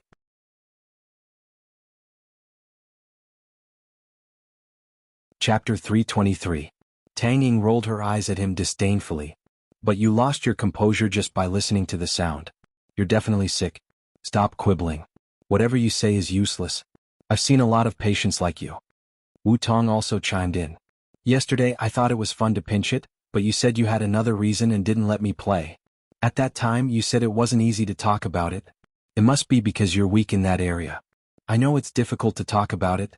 You're afraid of a continuous leak in a short period of time, right? Chen Guang was dumbfounded. You're so shameless. Continuous leak? No wonder you're a civil servant. Even if you're talking about something so wretched, you can still put it so nicely. At that moment, the nurse who was changing Chen Guang's dressing pushed the door open and came in. She was shocked when she saw Chen Guang sitting up. She rushed over and pressed him down on the bed. Lie down. Lie down. Do you want to die? Do you want to become a disabled person? Chen Guang reacted. His arm was as good as new overnight. If the nurse removed the bandage on the spot, many people would pee in their pants. He might even be sent to the lab to be cut up and used as a lab rat. He didn't say anything. If he couldn't explain himself, the old man would run away first. He didn't care if his crotch was empty or not. Anyway, he had the patient's pants to cover it. He jumped off the bed and hung his sports bag with his neck. Then he deliberately lowered his arms and pretended to be weak. He shouted like a madman as he ran out of the room. I'm not sick. I'm not weak. I'm not weak. You two bastards. In the blink of an eye, Chen Guang was nowhere to be seen. In less than 10 seconds, a commotion could be heard from downstairs. Chen Guang had already dashed out of the hospital and onto the streets. It only took him 10 seconds to get down the stairs. Wu Tong, Tang Ying, and the nurse looked at each other. The nurse had no idea what was going on. Wu Tong looked at Tang Ying blankly. Isn't his reaction a little too much? Tang Ying sighed. Sigh, how pitiful. He's under too much pressure. Running out of the hospital, Chen Guang didn't plan to go back. He casually stopped a taxi on the road. He couldn't go back to school because Wu Tong would probably go back to school to look for him because she was worried about his injury. Chen Guang was distressed. Where should he go now? This patient gown was too loose and there was a gap inside. He felt that something was wrong. Bro, what are you wearing? Don't tell me you're a mental patient who escaped from the hospital? The taxi driver in front of him didn't look carefully when he was picking him up. Now he began to get nervous. From time to time he pretended to look back at his patient's clothes from the rearview mirror, intentionally or unintentionally. Can we still have a pleasant chat? Do I look like a psychopath? I'm a proper student of a prestigious university, okay? Take me downtown first. I need to change. It's so annoying. I told you that I could be discharged from the hospital, but my family insisted on being stubborn and made me grow hair all over my body. Qin Guang lied through his teeth. The taxi driver started to talk about life philosophy. Young man, don't blame your family for being long-winded. The elders are doing this for your own good. Yes. Thank you, brother driver. Listen to me. In this life, health is the most important thing. If Qin Guang knew that his lie would trigger the driver's chatterbox, he wouldn't have spouted such nonsense even if he was beaten to death. When he arrived downtown, he was on the verge of a breakdown. He had no cash on him, so he used his mobile phone to transfer 50 yuan to the driver and ran away. He rushed into the department store and changed his clothes under the astonished gaze of countless people. In the changing room, he looked at his shoulders in the mirror for a long time. He could still vividly remember how badly his shoulders were injured last night. But at this time, looking at his shoulders in the mirror, there were no injuries at all. All he could see was his strong, angular muscles. He took a step back and punched the air in front of him. There was a faint whistling sound in the air. Qin Guang didn't know how strong his arm strength was, but the power of this punch was indeed much stronger than before. He estimated that he could blow up a sandbag with one punch. Although it wasn't easy to get the Kirin arm, it was indeed powerful. Qin Guang hid outside for 3 days before he dared to go to Wujing City Hospital. He had no choice but to explain to Wu Tong and Tang Ying that his shoulders felt uncomfortable as soon as he ran out, so he simply found another hospital to lie down. The two asked him which hospital he was in. Of course, Qin Guang wouldn't tell them. He only said that his heart was hurt and that he needed to think about his life alone. As for his parents, it was another set of excuses. Qin Guang only told his father that he went to find Jiang Yage and would be back in a few days. As for how to comfort his mother, it was his father's business. Anyway, Jiang Yage had taken countless scapegoats. There was no harm in taking one more. It was easy to persuade his classmates. It was summer vacation time, so everyone had to go home one after another. After talking to his 3 grandchildren on the phone, they left Wujing according to the original plan the next day. Sun Xiaoxuan insisted on seeing Qin Guang, or else she wouldn't even take the plane. Qin Guang had no choice but to sneak back to the school and drive his car. He personally sent Sun Xiaoxuan to the airport and let her see his healthy body. Only then did he appease her. Wu Tong looked for Qin Guang for 2 days, but she couldn't find him. She had no choice but to return to Wenxing. Her commendation had been announced. Although she still held the position of a branch captain, her administrative rank was directly promoted to the deputy director of the Wenxing branch. With her background, this meant that she had taken the first step to a meteoric rise. At the age of 25, she became the deputy director of a township branch, deputy section chief, and a first-class supervisor. She also had such a great credit on her back. In the future, as long as Wu Shan didn't fall and she didn't make any principled mistakes, no one could stop her from rising. Wu Shan was also happy. Of course, he wanted to promote Wu Tong's position as soon as possible so that his precious daughter wouldn't have to charge in the front line all day. Now that it was justifiable, no one could say that he, Wu Shan, practiced favoritism and made an exception to promote his daughter. Could you? Why don't you try to defeat 7 bandits by yourself? Although Wu Shan didn't have more opportunities to thank Qin Guang in person, he asked Wu Tong to pass the message to him. Anyway, he owed Qin Guang a big favor and he would be family in the future. In addition, Qin Guang received another 200,000 yuan as a Good Samaritan award. If it was in the past, the poor old man would definitely jump 3 feet high. But now he had so much money in his bank account that he was too lazy to count it. He could only ask Wu Tong to collect the money on his behalf and transfer the money to his bank card. He didn't even want to show his face in front of Wu Tong to collect the money. There was really no way to explain the injury on his shoulder. On the evening of the 3rd day, Qin Guang found a community hospital, gave a few hundred yuan for free, and asked the doctor to wrap a thick layer of white bandages on his shoulders. Then he braced himself and went to Wujing City Hospital. Maybe it was a little too rushed, but Qin Guang missed his mother. About 2 hours ago, in the jungle more than 100 miles away from Wujing City, there was an unprecedented fierce gunfight.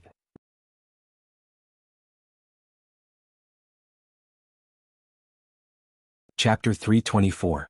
The anti-tracking ability of World Number 8 and his men was indeed terrifying, But what was even more terrifying was the team led by Xuelin. They were as vicious as a viper and as sharp as a hunting dog. World number 8 and his men tried their best, but they were still bitten by them. The intelligence capability of the Chinese military was fully revealed. Terrorists who dared to break into China would be severely injured if not killed. Everyone else died and World number 8 lost a layer of skin. Apart from World number 8, the others were all executed. Everyone had the right to punish these bandits. Their existence was a hidden danger, and they dared to enter China's territory. The military's attitude was extremely firm. If you dare to come, we dare to fight. If you come, we must fight. If you fight, we must win. This was the unshakable principle that the Chinese military had adhered to for decades. It was extremely tough, and it was only to defend the prestige of the country. It wouldn't retreat just because you belonged to some extraordinary organization. In recent decades, the Huaxia military had always been so tough, so this land had become a rare pure land in the increasingly dangerous and terrifying international situation. Xuelin wiped the blood off his face and looked coldly at the corpse of the white man whose head had been smashed. He was in a terrible mood. In the end, one of them had escaped. In addition, he had lost 3 brothers on his side. The enemy was too strong, especially the Chinese man who had escaped. His marksmanship was extremely accurate, his movements were even more agile, and he had extremely rich experience in jungle warfare. If he hadn't raised his hand and shot him in the wrist by a fluke, which scared him away, he was afraid that the losses on his side would have been even more disastrous. His comrades also had ashen faces. The most important bond between men was that they had carried a gun together. No soldier could remain indifferent to the death of a comrade. In the communication device, the Major General in charge of remote command comforted Xuelin. "Little Xue, you don't have to blame yourself. Being able to escape with only one person is already more than enough to complete the mission. The other party is the top soldier of the Broken World organization. It's normal for him to have some extraordinary skills. Because this was a special mission, the compensation for the dead soldiers was increased by 50%. We will properly arrange their funeral." But in World number 5's third steel factory, the other group of bandits was completely annihilated. There were no casualties. Wu Tong was just an ordinary police officer. "We are the chosen soldiers, but I..." Xuelin's voice was full of self-blame and unwillingness. There was a brief silence on the phone, and the Major General sighed. "There's something fishy about this. You don't have to compare. You've really done a good job." Xuelin cut off the communication device. Her eyes were bloodshot. "3 of my brothers died here, but Sister Wu Tong wiped out all the enemies by herself without any injuries. How could I not compare?" He wasn't jealous of Wu Tong, who had grown up with him in the compound. He was just blaming himself. Xuelin knelt on the ground and looked at the corpse of her comrade. She punched her chest again and again. "Why am I so weak?" At this time, Qingguang was also not feeling well. Originally, after entering the hospital and chatting with his parents, Master Guang was in a good mood when he saw that his mother's spirit was improving day by day. Then he was dragged out by Tang Ying. When he was in the ward, he completely forgot to continue pretending to be injured. He couldn't pretend to be injured in front of his parents either. He poured water, peeled fruits, and helped his mother fiddle with the tablet to find a TV show.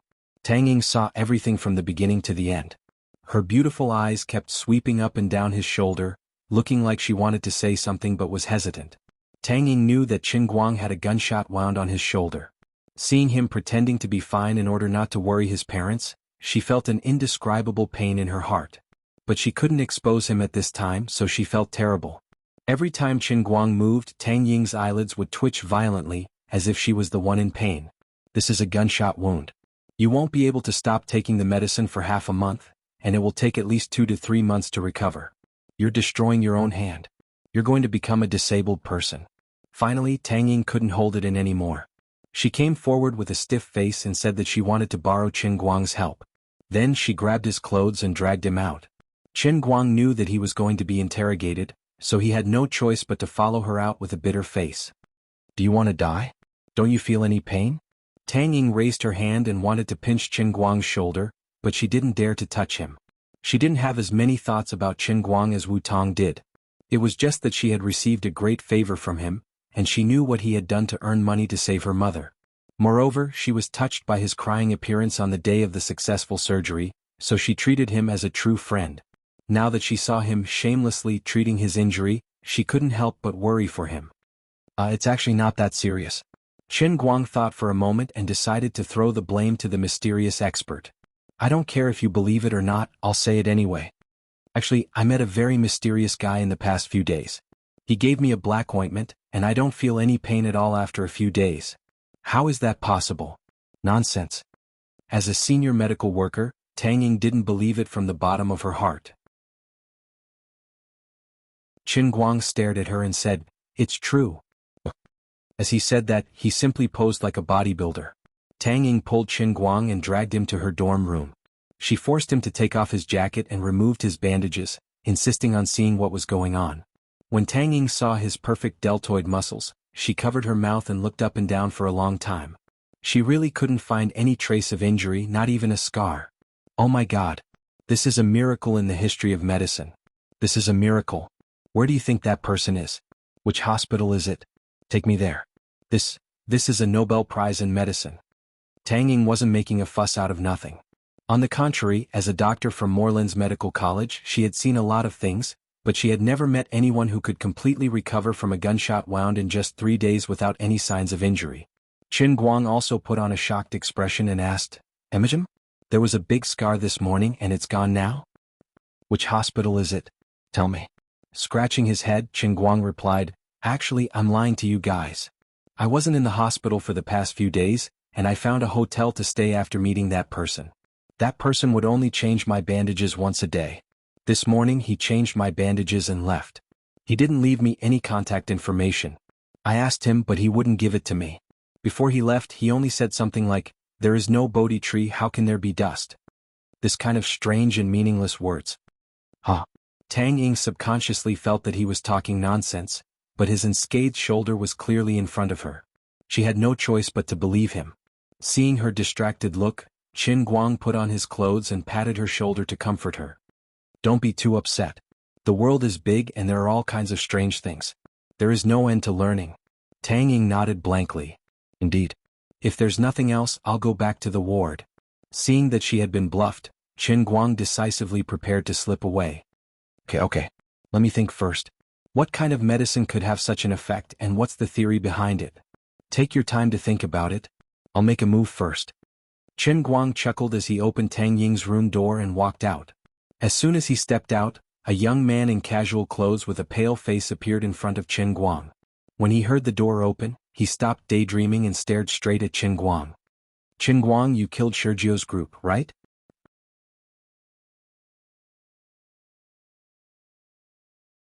Chapter 325. Qin Guang suddenly stopped in his tracks. He turned around to look at the young man with narrowed eyes. He smelled a familiar scent from this person, which made him exceptionally vigilant. That's right, he smelled blood just like he did in the transient sea, as if he had just killed someone not long ago. The other party's words were too straightforward and caught him off guard. Qin Guang quickly became alert. Could Sergio's accomplices have found their way here? What about my parents? A terrifying killing intent swept out from his body in an instant, and the air seemed to freeze at this moment. "Don't be nervous, I'm not an enemy. I'm Xuelin, a childhood friend of Sister Wu Tong. I'm a soldier," Xuelin spoke again. Xuelin opened his mouth again. He realized that he couldn't continue acting tough, otherwise he might really die. The moment he was enveloped by Qin Guang's murderous intent, he couldn't help but feel his hair stand on end even with his experience in battle.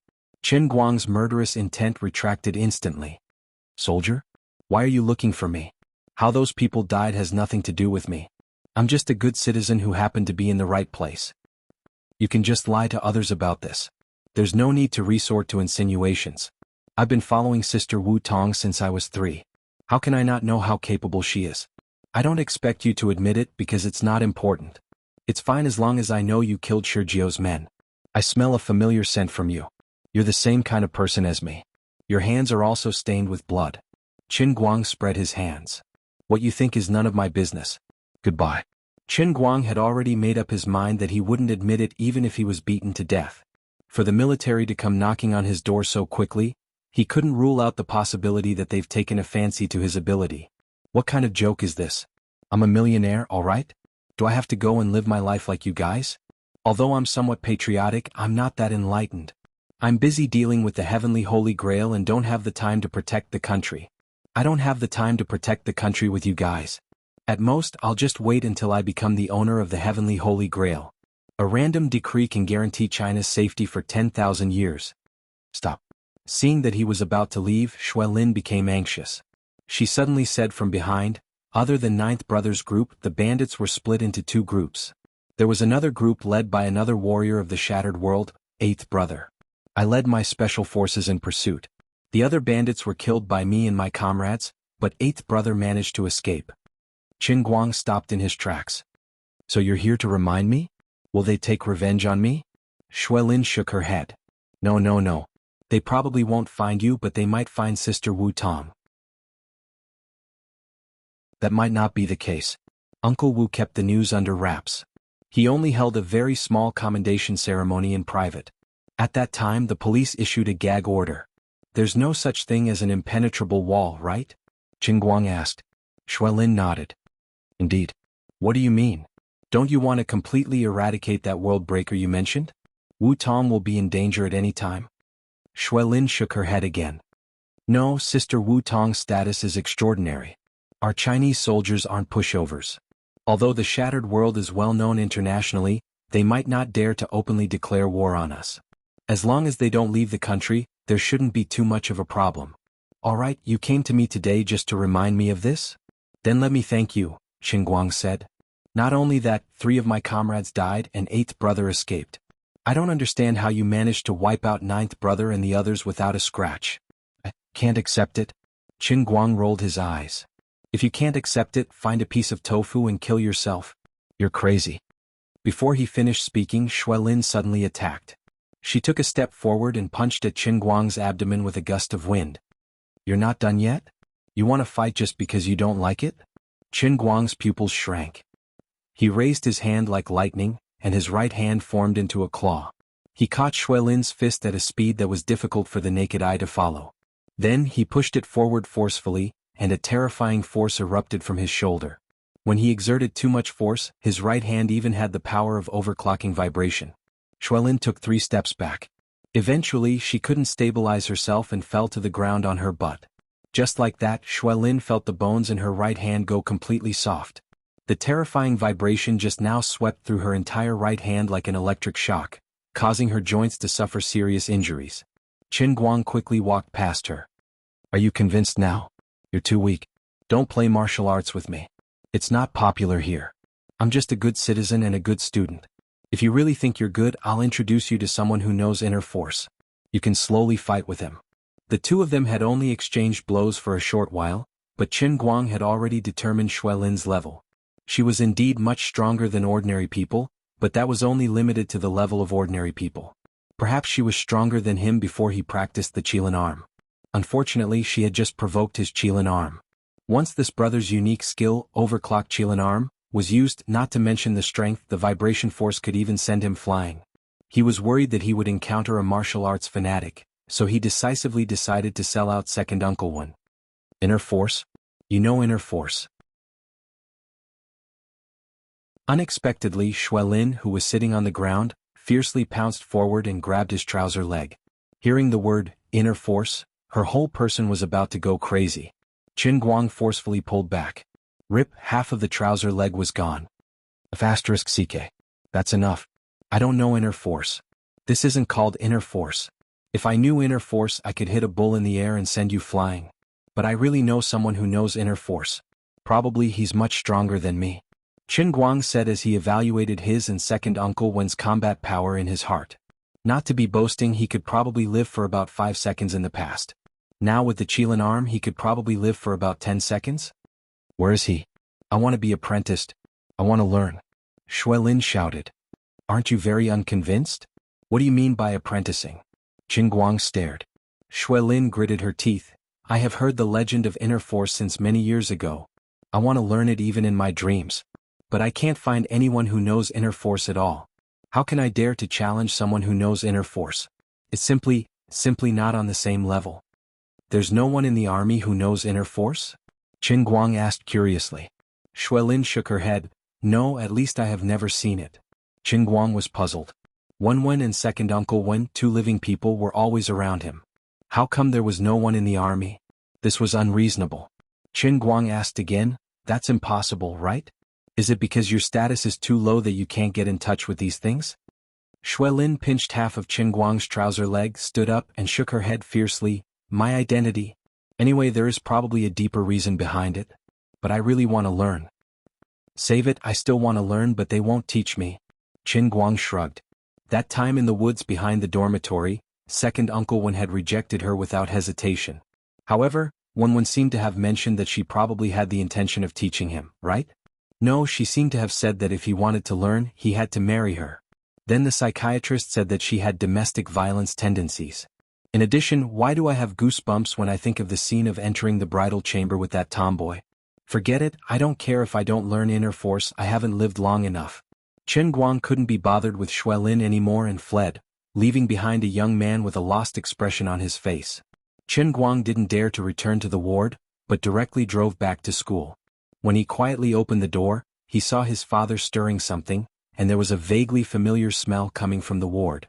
That's right, the long-lost vitality recovery soup, and it was the fortified version with 4 times the power.